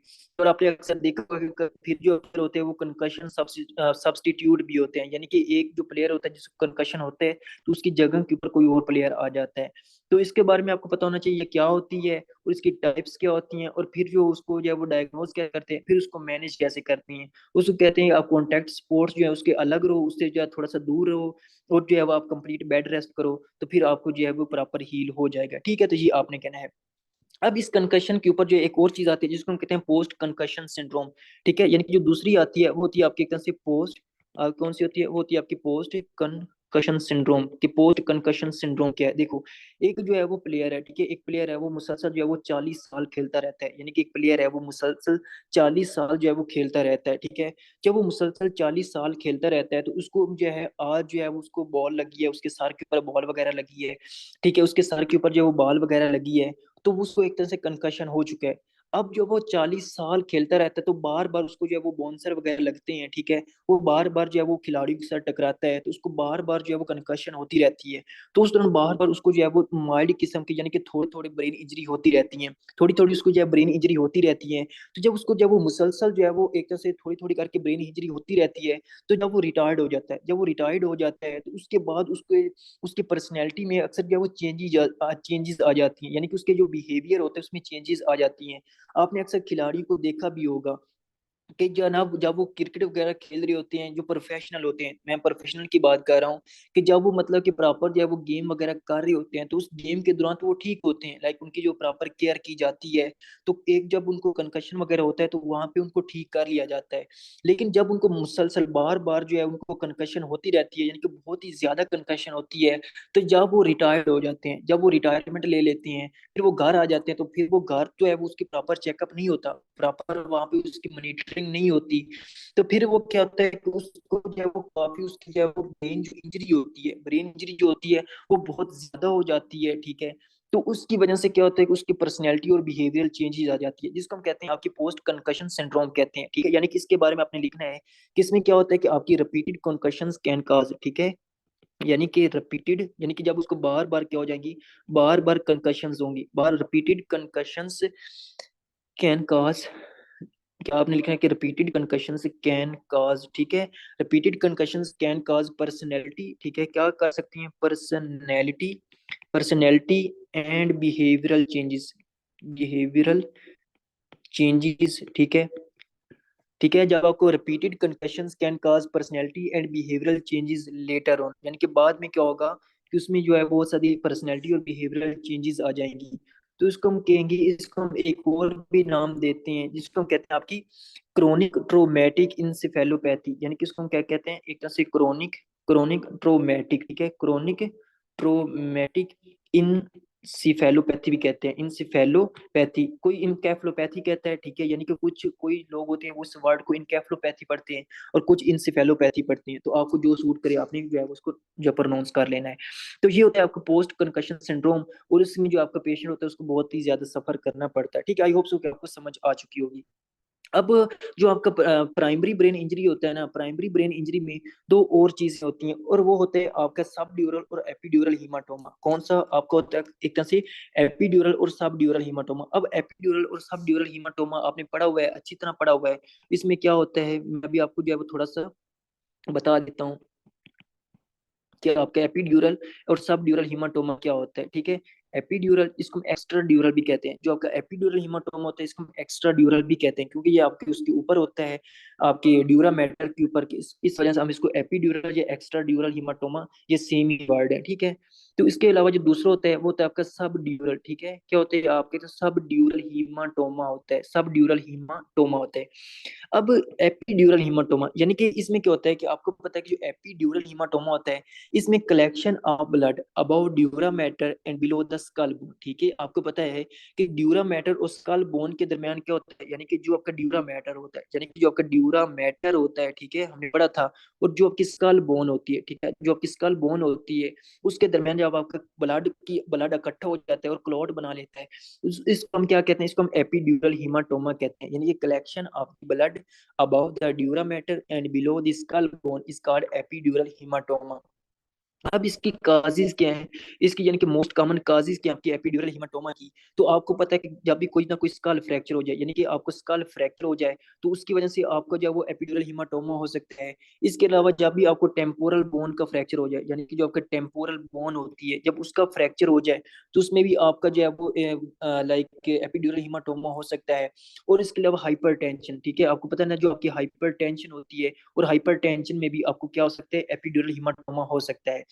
अब इसमें क्या होता है कि इसके सोर्सेज क्या हैं, कि सोर्सेज भी मैंने आपको बताया था कि जो आपकी मिडल मेनिंजियल आर्टरी होती है, जो आपकी मिडल मेनिंजियल आर्टरी होती है, ये आपकी रप्चर हो जाती है हाइपरटेंशन की वजह से या आपकी स्कल फ्रैक्चर की वजह से। आपकी जब मिडल मेनिंजियल आर्टरी जो होती है वो रप्चर हो जाती है, तो एपिड्यूरल हीमाटोमा में इसमें जो है आपकी मिडल मेनिंजियल आर्टरी रप्चर होने की वजह से जो आपकी एक तरह से ड्यूरा मैटर, जो एक तरह से ड्यूरा मैटर है, ठीक है, उसके दरमियान और स्कल बोन के दरमियान जो होती है, यानी कि जो एपिड्यूरल स्पेस होती है, उसमें आपका जो है वो ब्लड इकट्ठा हो जाता है। फिर आपके क्लिनिकल फीचर में मैंने आपको बताया था कि आपका क्या होता है, मोस्ट इंपॉर्टेंट इसमें क्या होता है, आपका ल्यूसिड इंटरवल होता है। क्या होता है आपका एक तरह से ल्यूसिड इंटरवल होता है। ल्यूसिड इंटरवल क्या होता है कि यानी कि एक पेशेंट है, उसका भी जो है वो अनकॉन्शियस हो चुका है, फिर वो कॉन्शियस हो जाए, फिर वो दोबारा से अनकॉन्शियस हो जाए, इसको हम कहते हैं आपकी ल्यूसिड इंटरवल। क्या कहते हैं हम इसको, कहते हैं एक तरह से ल्यूसिड इंटरवल। यानी कि आपने कहना है कि ल्यूसिड इंटरवल क्या है, कि पीरियड, यानी कि आप अगर लिखना चाहे तो आप लिख भी सकते हैं कि period of normal consciousness, period of normal consciousness between two episodes of impaired consciousness. यानी कि period of normal consciousness between two episodes of impaired consciousness, इसको हम क्या कहते हैं, इसको हम कहते हैं ल्यूसिड इंटरवल, ठीक है। इसको हम क्या कहते हैं, इसको हम कहते हैं ल्यूसिड इंटरवल। और ल्यूसिड इंटरवल जो होता है, ये हम कॉमनली किस में देखते हैं, आपके एपिड्यूरल हीमाटोमा में। हम दूसरी कंडीशन में भी देख सकते हैं, लेकिन मेनली हम जो है वो किस में देखते हैं, एपिड्यूरल हीमाटोमा में। आई होप सो कि आपको जो है वो समझ आ चुकी होगी। अब आते हैं इसके अंदर, मजीद देखते हैं कि इसके अंदर और क्या चीजें हैं। और इसमें इन्वेस्टिगेशन, ठीक है, इन्वेस्टिगेशन के ऊपर आपको पता है कि इन्वेस्टिगेशन क्या है, आप सीटी स्कैन करवाते हो, ठीक है, यानी कि आप एनसीसीटी करवाते हो, स्पेशली आपका एनसीसीटी करवाते हो। और एनसीसीटी के ऊपर आपको क्या मिलता है, आपको बाई कन्वेक्सिटी, क्या मिलता है आपको, बाई कन्वेक्सिटी, ठीक है, बाई कन्वेक्सिटी, या फिर आपकी लेमन शेप, या फिर आपको क्या मिलता है, आपको जो है वो लेमन शेप, ठीक है, आपको एक तरह से लेमन शेप, या फिर आपको जो है वो लेंस शेप जो है वो लियन मिलती हैं, ठीक है, लेमन शेप या लेंस शेप्ड जो आपकी लियंस होती हैं वो आपको मिलती हैं सीटी स्कैन के ऊपर, ठीक है। यानी कि जो इस तरह का, ठीक है, जो आपके इस तरह की जो आपको जो है वो मिलेगी, वहां पे हिमाटोमा मिलेगा। जब आप एनसीसीटी करवाओगे, एनसीसीटी जब आप करवाओगे, तो आपको बाई कन्वेक्स लेमन शेप या लेंस शेप्ड जो आपकी लियन मिलती है। तो इससे आप अंदाजा लगा सकते हो कि इसमें क्या हो चुका है, इसमें एक तरह से एपिड्यूरल हिमाटोमा हो चुका है, ठीक है। तो ये आपने कहना है इसके अंदर एपिड्यूरल हीमाटोमा के अंदर। फिर जो एक तरह सब ड्यूरल हीमाटोमा है, कि सब ड्यूरल हीमाटोमा का क्या सीन होता है, या सब ड्यूरल हीमाटोमा में क्या होता है कि जो आपका ड्यूरा मैटर होता है, जो आपका ड्यूरा मैटर होता है उसके बिलो, और जो आपकी अरेक्नोइड मैटर होती है उसके अबो आपका क्या होता है कि आपके जब उसमें आपकी ब्लीडिंग हो जाए, जब वहां पे ब्लड इकट्ठा हो जाए, उसको हम क्या कहते हैं, उसको हम सब ड्यूरल हीमाटोमा कहते हैं। यानी कि जब आपकी सब ड्यूरल स्पेस में, यानी कि सब ड्यूरल स्पेस से क्या मतलब है, कि बिलो द ड्यूरा मैटर, ठीक है, बिलो ड्यूरा मैटर, यानी कि जो आपका ड्यूरा मैटर उसके नीचे, एंड अबव, ठीक है, and above the arachnoid matter. और जो आपका अरेक्नोइड मैटर है उसके अबव जो है वो आपको क्या हो जाए, आपकी जो एक तरह से सब ड्यूरल स्पेस होती है, यानी कि ये आपका क्या है, ये आपका ड्यूरा मैटर है, और ये क्या है, ये आपके अरेक्नोइड मैटर है। तो इसके दरमियान जो स्पेस है वो कौन सी है, वो है आपकी सब अरेक्नोइड स्पेस। और जब इसमें हीमाटोमा हो जाए, इसमें ब्लीडिंग हो जाए, और वहां पे वो क्लॉट बना ली, तो इसको हम कहते हैं सब ड्यूरल हीमाटोमा, ठीक है। ये आपका क्या होता है, ये आपका सब ड्यूरल हीमाटोमा होता है। अब इसके क्या क्या काजेज हैं, काजी भी आपको पता है कि इसमें जब भी आपको अल्कोहलिक पीपल होते हैं, यानी कि वो पेशेंट जो ज्यादा से ज्यादा अल्कोहल पीते हैं, अल्कोहलिक पीपल में ये हो सकता है, ठीक है। और वो पेशेंट जिसको मतलब कि आपका क्या, और आपके एक से कार एक्सीडेंट हो, ठीक है, जो कार एक्सीडेंट में दूसरी भी हो सकता है, आपका एपिड्यूरल भी हो सकता है, ठीक है, आपकी इसमें ये आपका सबड्यूरल भी हो सकता है, ठीक है, कार एक्सीडेंट हो सकता है। लेकिन सबसे इंपॉर्टेंट जो आपका शेकन बेबी सिंड्रोम होता है, मैंने आपको वहाँ पे कंप्लीट बताया था इसका शेकन बेबी सिंड्रोम का क्या सीन होता है, ठीक है। तो शेकन बेबी सिंड्रोम जो होता है, इसमें भी आपको क्या हो सकता है, इसमें भी आपको एक तरह से सब ड्यूरल हीमाटोमा हो सकता है, ठीक है। तो ये आपने कहना है। फिर आते हैं इसमें कौन सी ऐसी जो वेसल्स होती हैं वो डैमेज हो जाती है, तो आपको पता है कि जो आपकी ब्रीजिंग वेन्स होती हैं, ठीक है, यानी कि जो आपकी ब्रीजिंग वेन्स होती हैं, ठीक है, जो आपकी ब्रीजिंग वेन्स होती हैं वो आपकी रप्चर हो जाती हैं, तो वहाँ पे जो ब्लड होता है वो ऊजिंग आउट होता है। यानी कि वहाँ पे जो ब्लड होता है वो ऐसा ऐसा जो होता है वो आपकी सब एराक्नोइड स्पेस में इकट्ठा होता रहता है। और फिर सबसे इम्पोर्टेंट, जो ये जो लोग होते हैं, मैंने आपको बताया था, इनमें प्रोग्रेसिव डिजीनेस होती है, यानी कि प्रोग्रेसिव डिजीनेस होती है, यानी कि ऐसा ऐसा इनको डिजीनेस होती है, कंफ्यूजन होती रहती है, ठीक है, क्या होती है, कंफ्यूजन होती है, इनको हेड एक होती है, ठीक है, हेड एक होती है, और फिर क्या होता है कि हेड एक होती है एंड लेट, और बाद में जाके क्या हो जाते हैं, अनकॉन्शियस हो जाते हैं, एंड लेट अनकॉन्शियसनेस, ठीक है, यानी कि ये बहुत इंपॉर्टेंट है, यानी कि ये जो पेशेंट हो गए, यानी कि मैंने आपको बताया था कि ये जो पेशेंट होते हैं ना, ठीक है, इनमें क्या होता है कि इनको अभी जो है वो लाइक क्रिकेट वगैरह खेल रहे हैं, तो अभी इनको जो है वो इसके जो सर के ऊपर जो है वो कोई ना कोई गेंद वगैरह लगी है, तो अभी तो वो ठीक होंगे, वो कहेंगे हम तो बिल्कुल ठीक है, लेकिन जैसे ही वो घर जाएगा और वहां पे रात को सो जाएगा, तो जब उसको दोबारा जो मॉर्निंग में जब उसको उठाने जाएगा कोई, तो उसको उसकी तकरीबन डेथ हो चुकी होगी, क्योंकि जो ब्लड होता है वो ऐसा ऐसा वहां पे ऊज आउट करता रहता है, ऐसा ऐसा बाहर आता रहता है, तो जिसकी वजह से उसको ऐसा ऐसा डिजीनेस होती रहती है, ऐसा ऐसा उसको कंफ्यूजन होती रहती है, और ऐसा ऐसा जो होता है उसका हेडेक होता है, यानी कि ऐसा ऐसा ये चीजें बढ़ती जाती हैं, ठीक है, यानी कि पहले जो है वो डिजीनेस कम होगी, फिर बाद में ज्यादा हो जाएगी, फिर बाद में कंफ्यूजन भी ज्यादा होगी, और फिर बाद में वो क्या हो जाएगा, वो एक तरह से बेहोश हो जाएगा, और बेहोश होने के बाद वो ऊपर की तरफ जो है वो चला जाएगा, ठीक है। तो ये इसमें सारी चीजें होती हैं। अब इसकी जो इन्वेस्टिगेशन क्या होती है, इन्वेस्टिगेशन ऑफ चॉइस, वो आपको पता है कि आपने क्या करवानी है, एनसीसीटी करवाना है, और एनसीसीटी के ऊपर क्या मिलता है आपको, एक तरह से बनाना शेप अपीयरेंस मिलती है, ठीक है, यानी कि आपको बनाना शेप, ठीक है, आपकी बनाना शेप, या फिर आपकी जो क्रीसेंट शेप, ठीक है, जो आपके एक तरह से क्रिश्चियन, जो आपकी क्रिसेंट शेप अपीयरेंस मिलती है, यानी कि आपको बनाना शेप या आपकी क्रिसेंट शेप जो आपको अपीयरेंस मिलती है, यानी कि इस तरह की आपको अपीयरेंस मिलेगी, इस तरह की, ठीक है। तो ये क्या होती है, ये आपकी बनाना शेप या आपकी क्रिसेंट शेप आपको क्या मिलती है, अपीयरेंस मिलती है, ठीक है, किसमें, आपकी सब ड्यूरल स्पेस में, यानी कि जो सब ड्यूरल हिमाटोमा होगा। और दूसरा आपने याद रखना है कि जो एक तरह से होता है, जो सब आपका होता है, दूसरा एपिड्यूरल हिमाटोमा, ये बहुत इंपॉर्टेंट एमसीक्यूज है, कि जो आपका एपिड्यूरल हिमाटोमा होता है, इसमें जो आपकी क्रेनियल नर्व नंबर 3 होती है, इसकी क्या हो जाती है, इसकी पालसी हो जाती है, यानी कि जो आपको ओकुलोमोटर नर्व है, इसकी एक तरह से पालसी हो जाती है, ठीक है। तो ये आपने इसके अंदर लिखना है कि इसके सारा क्या सीन होता है। आई होप सो कि आपको जो है वो एपिड्यूरल हिमाटोमा और सब ड्यूरल हिमाटोमा की समझ आ चुकी होगी। अब ये जो मतलब कि आपने जो है इनका लाइक इन्वेस्टिगेशन भी कर ली, इनके क्लिनिकल फीचर भी आपको पता चल गए।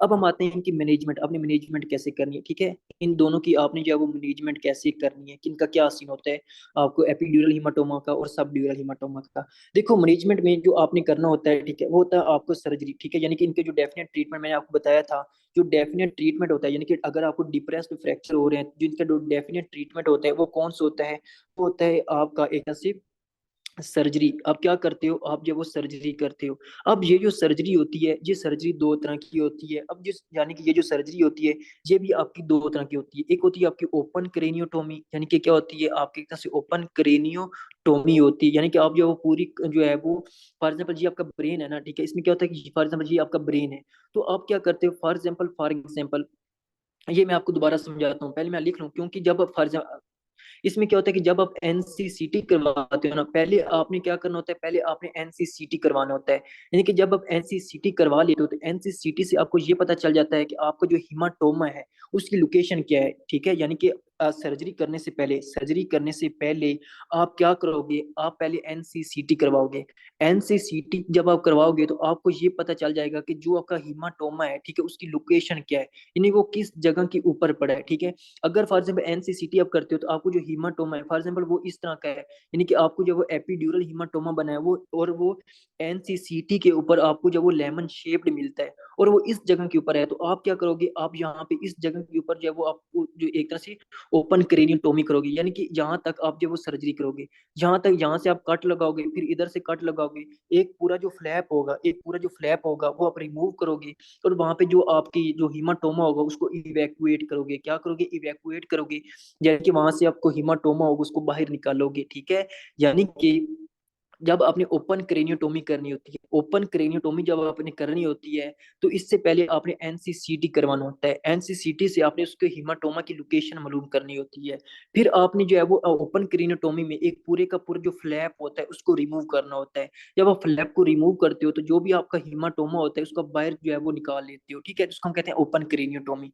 अब एक और जो दूसरी आपकी सर्जरी आती है, वो होती है आपकी बार होल सर्जरी, कौन सी होती है, वो होती है आपकी एक तरह से बर होल सर्जरी, आपकी बर होल सर्जरी। अब जो बार होल सर्जरी होती है, इसमें क्या होता है, जो बार होल सर्जरी होती है ना, इसमें क्या होता है कि जो आप जो एक तरह से जो सर्जन होते हैं उनके पास एक खास किस्म की ड्रिल मशीन होती है। आपने देखा होगा ड्रिल मशीन, जो आपको पता है कि वो क्या करते हैं, फॉर एग्जाम्पल यहाँ पे जो छोटा सा आपका हिमाटोमा है, जहाँ पे आपने एनसीसीटी किया और जहाँ पे आपको इस तरह का छोटा सा आपको हिमाटोमा मिला, तो वो क्या करेंगे, वो मतलब कि यहाँ पे थोड़ा सा जो वो सुराख करेंगे, थोड़ा सा सुराख करेंगे, और वहां पे जो एक तरह से हिमाटोमा पड़ा हुआ है उसको एक तरह से इवैक्यूएट कर देंगे। तो ये होती है आपकी बार होल सर्जरी, यानी कि आप जो वो ड्रिल की मदद से आप छोटा सा सुराख करते हो और फिर वहां से एक तरह से उसको रिमूव कर देते हो। अब इसका क्राइटेरिया क्या है, इनके आप इसका क्राइटेरिया क्या है कि आपने कब जो है वो ओपन क्रेनियोटोमी करनी है, या फिर आपने कब जो है वो बार होल सर्जरी करनी है। तो याद रखो कि अगर आपको जो हीमाटोमा है, ठीक है, जो आपका हीमाटोमा है, जो आपका क्लॉट है, उसका जो साइज है वो ग्रेटर देन 30 cc जो है वो क्लॉट साइज है, ठीक है, क्लॉट साइज है। यानी कि जो आपका क्लॉट बना है, जो आपका हीमाटोमा है, उसका अगर जो साइज है वो 30 cc से ज्यादा है, तो फिर आपने ओपन क्रेनियोटोमी करनी है। अगर फिर जो है, अगर उसका जो मतलब कि 1.5 सेंटीमीटर उसकी थिकनेस है, ठीक है, 1.5 थिकनेस है, तो फिर आपने क्या करना है, फिर भी आपने ओपन क्रेनियोटोमी करनी है। यानी कि अगर आपके पास पेशेंट आए, आप एनसीसीटी करवाओ, और उसका जो साइज है, जो क्लॉट साइज है, एक तो उसकी थिकनेस जो है वो 1.5 सेंटीमीटर से ज्यादा है, और उसका जो साइज है वो 30 cc से ज्यादा है, तो आपने क्या करनी होती है, आपने ओपन क्रेनियोटोमी करनी होती है। लेकिन अगर आपके पास पेशेंट है, उसकी जो एक तरह से जो क्लॉट साइज है वो क्या हो कि वो 1 सेंटीमीटर से कम थिकनेस हो, यानी कि उसका जो थिकनेस है वो लेस देन 1 सेंटीमीटर हो, लेस देन 1 सेंटीमीटर हो, और जब 30 cc से जो क्लॉट का साइज है वो कम हो, यानी कि लेस देन 1 सेंटीमीटर उसकी थिकनेस हो और 30 cc से जो है उसका क्लॉट साइज कम हो, तो आपने जो है वो बार होल सर्जरी करना होती है, ठीक है। तो इस तरह आपने जो है वो मतलब कि बार होल सर्जरी वगैरह करनी होती है। अब पहले आपने जो है वो एनसीसीटी करवाना होता है, उससे आपने लोकलाइज कर देना होता है। लेकिन फॉर एग्जाम्पल अगर जो है वो आप जो वो पेरीफ्री में हो, ठीक है, आप जो वो पेरीफ्री में हो, और पेरीफ्री में आपको पता है कि जितनी पेरीफ्री के अंदर जो एक तरह से होती हैं आपकी फैसिलिटीज इतनी ज्यादा नहीं होती। इनकी पेरीफ्री का आपको पता है कि जो मतलब कि गांव वगैरह में जो छोटे छोटे हॉस्पिटल होती हैं, जो बीएचक्यूज होती हैं, ठीक है, जो बीएचक्यूज होते हैं, जो पेरीफ्रीज होती हैं, उनके अंदर जो है वो इतनी फैसिलिटीज नहीं होती। अगर जो है फॉर एग्जाम्पल आप जो है वो पेरीफ्री में हो और बीएचक्यू में हो, और वहां पे आपको जो है वो प्रॉपर एनसीसीटी की जो है फैसिलिटी ना हो, यानी कि आपके पास जो एनसीसीटी की जो फैसिलिटी है वो नहीं है, तो फिर आपने कैसे उस पेशेंट, क्योंकि आपको इमरजेंसी है, ठीक है, उसके अंदर जो है वो हीमाटोमा हो रहा है, इमरजेंसी केस है, और आपके पास एनसीसीटी जो है वो मतलब कि मौजूद नहीं है, तो फिर आपने क्या करना है, burr hole surgery is done on the side of dilated pupil, ठीक है। यानी कि जिस साइड के ऊपर जो है वो डायलेटेड प्यूपल हो, ठीक है, यानी कि जिस साइड के ऊपर डायलेटेड प्यूपल हो, यानी कि क्योंकि उसका जब होगा ना उसके अंदर लाइक ओक्लोमोटर नर्व, आपको पता ना उसकी जो है वो ओक्लोमोटर नर्व डैमेज हो जाएगी, जब उसकी ओक्लोमोटर नर्व जो है वो डैमेज हो जाती है, क्लोट एनसीसीटी पर कैसे दिखेगा, कलर कैसा होगा, कलर हाइपर डेंस, इसको कहते हैं हाइपर डेंस कलर होगा, ठीक है, इसको हम कहते हैं हाइपर डेंस, हाइपर डेंस होगा, ठीक है, हाइपर डेंस। यानी कि जो एरिया होगा ना, फॉर एग्जांपल अगर आपका जो ब्रेन है, ठीक है, उसका ये है प्रॉपर ब्रेन, ठीक है, तो उसके वो मतलब कि अगर आप नॉर्मली देखोगे तो उसका ये इस तरह आपको दिखाई देगा। लेकिन जो क्लोट वाला एरिया होगा, जो क्लोट वाला एरिया होगा ना, वो आपको हाइपर डेंस मिलेगा, हाइपर डेंस कहते हैं, ठीक है।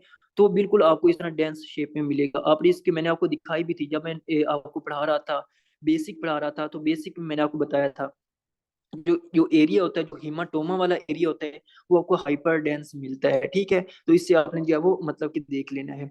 अब ये भी हो गया। अब अगर आपके पास एनसीसीटी जो है उसकी फैसिलिटी नहीं है, तो क्योंकि आपको पता है कि आपका होता है एपिड्यूरल हिमाटोमा, उसमें जो आपकी होती है जो ओक्लोमोटर नर्व, जो क्रेनियल नर्व नंबर 3 होती है, वो आपकी एक तरह से उसकी पालसी हो जाती है, तो जिसकी वजह से आपके जो प्यूपिल होते हैं वो डायलेट हो जाते हैं। तो जिस साइड के ऊपर आपकी प्यूपिल डायलेट हो, आपने उस साइड के ऊपर क्या करनी होती है, बार होल सर्जरी या ओपन क्रेनियोटोमी जो है वो करनी होती है, ठीक है। तो ये आपने इसके अंदर देखना होता है। अब ये भी हो गया। अब ये जो आपकी है ना दूसरा आपका एक तरह से सब ड्यूरल हिमाटोमा, ठीक है, जो आपका है सब ड्यूरल हिमाटोमा, ठीक है। ये जो सब ड्यूरल हिमाटोमा है इसकी 3 आगे टाइप्स होती हैं, ठीक है, यानी कि अगर आप लिखना चाहें जो आपका सब ड्यूरल हिमाटोमा होता है ना, सब ड्यूरल हिमाटोमा, इसके आगे 3 टाइप्स होती हैं। कौन कौन सी टाइप्स होती हैं, एक होती है अक्यूट सब ड्यूरल हिमाटोमा, ठीक है, अक्यूट सब ड्यूरल हिमाटोमा होता है, और इसको फिर होता है आपकी सब अक्यूट, ठीक है, क्या होती है आपकी एक तरह से सब अक्यूट सब ड्यूरल हीमाटोमा होता है। और जो तीसरे नंबर पे होती है, ये होती है आपकी एक तरह से ड्यूरल हो गया, सब ड्यूरल हो गया, और आपकी क्रोनिक, ठीक है, आपकी कौन सी होती है, क्या होती है आपके पास से क्रोनिक, क्रोनिक सब ड्यूरल हीमाटोमा, ठीक है, क्रोनिक सब ड्यूरल हीमाटोमा।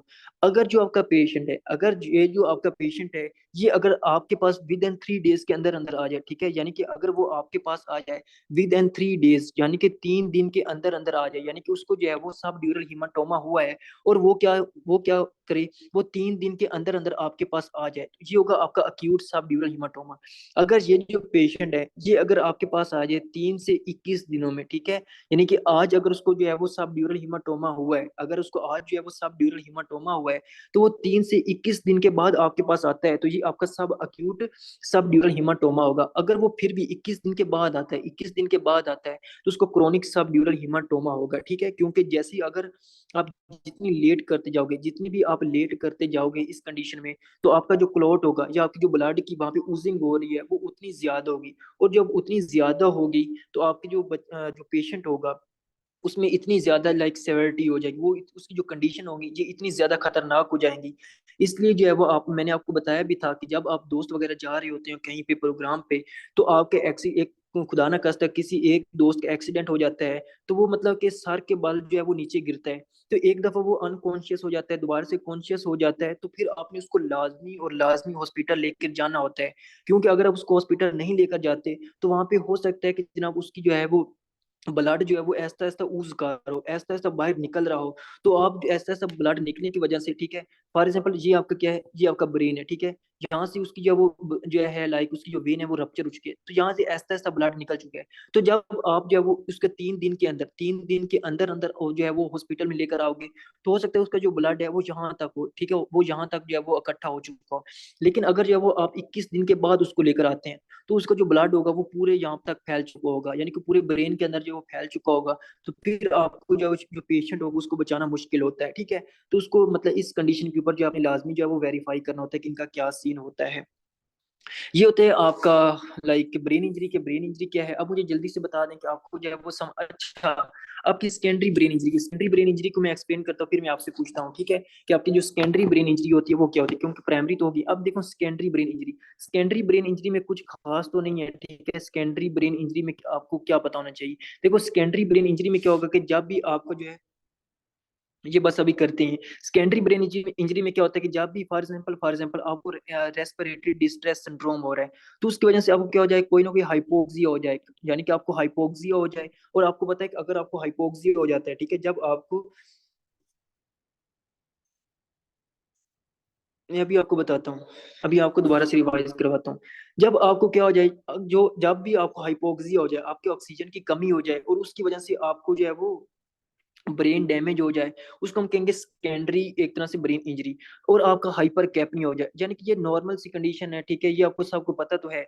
हाइपर कैपनी हो जाए यानी कि अगर कार्बन डाइऑक्साइड के लेवल आपकी उसके अंदर इंक्रीज हो जाए आपकी बॉडी के अंदर, और वो भी आपके ब्रेन को डैमेज करे, इसको भी आपको सेकेंडरी ब्रेन इंजरी होगी। अगर हाइपोटेंशन हो जाए, हाइपोटेंशन में क्या होता है, क्योंकि आपके जो ब्रेन होगा उसकी तरफ ब्लड सप्लाई कम जाएगी, और जब ब्लड सप्लाई कम जाएगी उसकी तरफ ग्लूकोज कम जाएगी, ग्लूकोज कम जाएगी और साथ ऑक्सीजन भी कम जाएगी, तो आपका ब्रेन जो है वो डैमेज हो जाएगा, ठीक है। तो ये अपने कहना है। दूसरा जो है वो आपका जो है वो कोई ना कोई हीमट या हेमरेज वगैरह हो रहा होता है, तो इससे भी आपको जो है वो कंडीशन हो सकती है। स्पेशली आपका क्या होता है, जब भी हाइपोक्सी होता है, हाइपर कैपनी होता है या हाइपोटेंशन होता है, तो इससे आपको क्या हो जाता है, आपकी ब्रेन इंजरी हो जाती है। फिर उसने जो है वो आगे वाले जो पेज पे लिखा हुआ है ना, उसमें वो बता रहा है, तो इस उसमें वो बताना चाह रहा है कि इस जो कंडीशन होती है ना secondary brain injury, secondary brain injury में हम एक कंडीशन देखते हैं जिसको हम कहते हैं आपकी कुशिंग रिफ्लेक्स। यानी कि क्या देखते हैं, हम देखते हैं कुशिंग रिफ्लेक्स। अब कुशिंग रिफ्लेक्स में क्या है, देखो एक पेशेंट आपके पास आता है, उसमें क्या है, उसका हाइपर कैपनी है, यानी कि उसमें जो है वो लाइक कार्बन डाइऑक्साइड बहुत ज्यादा हो चुकी है। तो मैं आपको सिंपल वे से बताता हूँ, जब भी आपको कार्बन डाइऑक्साइड ज्यादा होती है, ठीक है, अब कुशिंग रिफ्लेक्स में आप याद रखें, इसमें हम जो एक ट्राइएड देखते हैं, ठीक है, एक ट्राइएड देखते हैं, उसमें हाइपर टेंशन क्या होते हैं, हम जो है उसके अंदर हाइपर टेंशन देखते हैं, ठीक है, हाइपर टेंशन देखते हैं, ब्रेडी कार्डिया देखते हैं, क्या देखते हैं हम, ब्रेडी कार्डिया देखते हैं, और इरेगुलर जो है वो उसके अंदर ब्रीदिंग देखते हैं, क्या देखते हैं, इरेगुलर ब्रीदिंग उसके अंदर देखते हैं। अब इसका सर का क्या सीन होता है, देखो अब सिंपल समझो कि जब भी उसके अंदर कार्बन डाइऑक्साइड ज्यादा हो जाती है, जब कार्बन डाइऑक्साइड ज्यादा हो जाती है तो पीएच का जो लेवल होता है वो कम हो जाता है, एसिडिक हो जाती है, पीएच का लेवल कम हो जाता है। जब उसके अंदर पीएच का जो लेवल कम हो जाता है ना, इस दौरान क्या होता है कि आपको जो सिंपैथेटिक नर्वस सिस्टम होता है, क्या होता है कि आपको जो सिंपैथेटिक नर्वस सिस्टम होता है वो एक्टिवेट हो जाता है। जब सिंपैथेटिक नर्वस सिस्टम एक्टिवेट हो जाता है तो वो क्या करता है, वो जनाब आपके हार्ट रेट को भी ज्यादा करवाता है, हार्ट रेट को भी ज्यादा करवाता है, और साथ आपकी वेजो कॉन्स्ट्रिक्शन करवाता है। क्या करवाता है, कैटेकोलामाइंस की प्रोडक्शन होगी, तो आपका क्या होगा, आपका जो है हार्ट रेट बहुत ज्यादा होगा, हार्ट रेट ज्यादा होगा, और साथ में आपका क्या होगा, आपको जो ब्लड प्रेशर होगा वो भी ज्यादा हो जाएगा, आपको जो बीपी होगा वो भी ज्यादा होगा, क्योंकि जो आपको वेजो कॉन्स्ट्रिक्शन होगी, क्यों क्या हो जाएगा, आपको वेजो कॉन्स्ट्रिक्शन होगी और बीपी ज्यादा होगा। जब मैंने आपको बताया था कि जब आपका बीपी ज्यादा होता है, जब भी आपका ब्लड प्रेशर ज्यादा होता है, तो क्या होता है कि आपका जो होता है ना उसके अंदर जो वो हमने बैरो रिसेप्टर वाला कॉन्सेप्ट पढ़ा था, तो जब ब्लड प्रेशर ज्यादा होता है तो ये क्या करवाता है, ये आपके हार्ट रेट को कम कर देता है, ठीक है, जिसको हम कहते हैं, जिसकी वजह से आपको क्या होगा, रिफ्लेक्स ब्रेडिकार्डिया, क्या होगा, आपको रिफ्लेक्स ब्रेडिकार्डिया होगा, ठीक है। तो ये आपने कहना है कि जब सिंपैथेटिक नर्वस सिस्टम एक्टिवेट होगा, ठीक है, नहीं नहीं वो और वाला कॉन्सेप्ट है, एएनपी और बीएनपी वाला।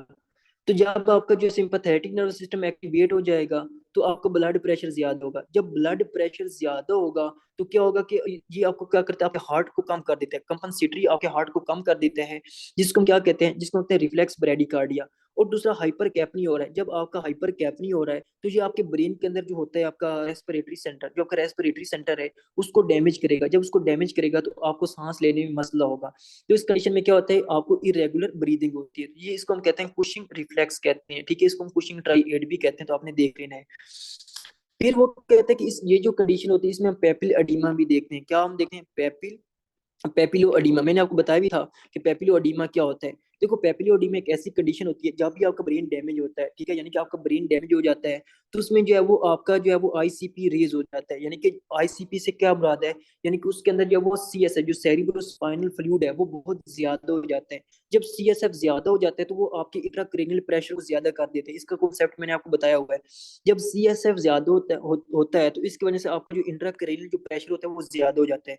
अब ये जो एक्सेस सीएसएफ है ना, ठीक है, ये क्या करता है, जो आपकी आई है इसके अंदर जो ऑप्टिक डिस्क है, ठीक है, इसके अंदर जो ऑप्टिक डिस्क है उसके अंदर एंटर हो जाता है। जब ऑप्टिक डिस्क के अंदर एंटर हो जाता है, यानी कि आपकी आंख के अंदर एंटर हो जाता है ये सीएसएफ, इसको कहते हैं पेपिलो एडिमा। क्या कहते हैं, आपका पेप्लियोडीमा कहते हैं, यानी कि इस तरह की आपकी जो आई होती है, ठीक है, इस तरह की आपकी आई होती है, ठीक है, और जहाँ पे आपकी ऑप्टिक डिस्क होती है, जहाँ पे आपकी सारी चीजें एंटर हो रही होती है, तो आपका जो सीएसएफ है, जो आपका फ्लूइड है, वो यहाँ पे आपके इकट्ठा हो जाता है, ठीक है, यहाँ पे इकट्ठा हो जाता है, और जो भी आपकी जो है ऑप्टिक नर्व्स होती हैं और आपकी जो ऑप्टिक आर्टरीज होती हैं उनको कंप्रेस कर देता है, जिसको हम कहते हैं पेपिलो अडीमा, ठीक है। तो इसमें पेपिलो अडीमा वगैरह भी देख सकते हैं। हाँ, पेपिलरी पेपिलोडीमा, देखो पेपिलोडीमा जो होता है ना, इसमें आपने कहना है कि जब भी आपका जो सीएसएफ है, जो सेरिब्रोस्पाइनल फ्लूइड है, अगर वो ज्यादा हो जाता है, जब वो ज्यादा हो जाता है तो वो क्या, वो आपकी आंख के अंदर जो ऑप्टिक डिस्क होती है ना, जो ऑप्टिक डिस्क होती है उसके अंदर जाके जो है वो इकट्ठा हो जाता है। ये आपका ओप्था का जो है वो टॉपिक है, ओप्था जो आपकी है ना दूसरी ईयर ओप्था, उसके अंदर ये प्रॉपर आपका टॉपिक आता है कि पेपिलोडीमा क्या है, आपने पढ़ा होगा, close angle glaucoma, open angle glaucoma, ये सारी कंडीशन उसमें होती है। तो यहाँ पे आपको वो सारा इकट्ठा हो जाएगा, और जिसको हम कहते हैं पेपिलो अडीमा कहेंगे, ठीक है। तो ये आई होप सो कि आपको समझ आ चुकी होगी पेपिलो अडीमा क्या होता है, इसमें रेटिनल हेमरेज वगैरह होती है, ये सारी कंडीशंस होती हैं। और इसमें जो है वो मैंने आपको बता दिया कि इसमें जो है वो सर्जिकली आप इसको कैसे ट्रीट करते हैं। अब हम जो है वो सर्जिकली तो उसको देख लिया कि सर्जरी से हमने इसको कैसे ट्रीट करना है, लेकिन हम जो है वो एक और कंडीशन भी डिस्कस करते हैं कि हम इसको मेडिकली कैसे ट्रीट कर सकते हैं, यानी कि सर्जरी से पहले हम कुछ ड्रग्स दे के भी हम जो है इस पेशेंट को ट्रीट कर सकते हैं। जो पहली उसने ड्रग बताई है वो है आपकी एक तरह से मैनीटोल, ठीक है, कौन सी, मैनीटोल। और मैनीटोल आपको मैंने बताई हुई है कि ये क्या है, ये आपका सल्यूट है, ये आपका सल्यूट है, ठीक है। मैं आपको सिंपल वे से बताता हूँ, मैं अभी एक्सप्लेन नहीं करता क्योंकि आप भी थक चुके होंगे। तो जो आपकी जो मैनीटोल होती है, ये आपका सल्यूट होता है। फॉर एग्जाम्पल आपके जो है वो ब्रेन के अंदर क्या है कि यहाँ पे सारा का सारा ब्लड पड़ा हुआ है, तो ये सल्यूट अगर यहाँ पे आएगा तो वो सारे उस हीमाटोमा को अपनी तरफ जो है वो अट्रैक्ट करेगा, जब अट्रैक्ट करेगा तो ये आपके उससे आपकी बॉडी से बाहर एक्सक्रीट हो जाएगा। मैनीटोल हम इसमें हम जो है वो दे सकते हैं।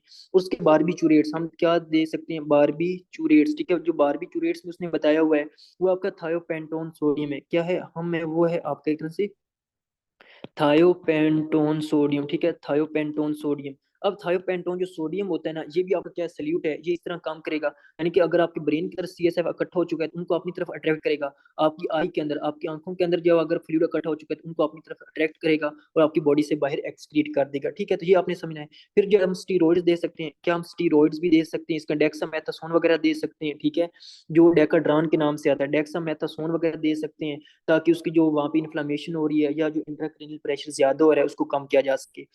इसके अलावा हम फ्यूरोसिमाइड दे सकते हैं। क्या हम दे सकते हैं? फ्यूरोसिमाइड। और फ्यूरोसिमाइड आपको पता है डायूरेटिक्स है, और ये आपको जो है वो अपने आपकी बॉडी से फ्लूइड को बाहर निकालेगा और इससे आपको जो सिम्टम्स वगैरह उसको ट्रीट करने में आपकी हेल्प करेगा। ठीक है, तो ये सारी कंडीशन इसमें आती है। अब मुझे जल्दी से बताएं, आपको समझ आ चुकी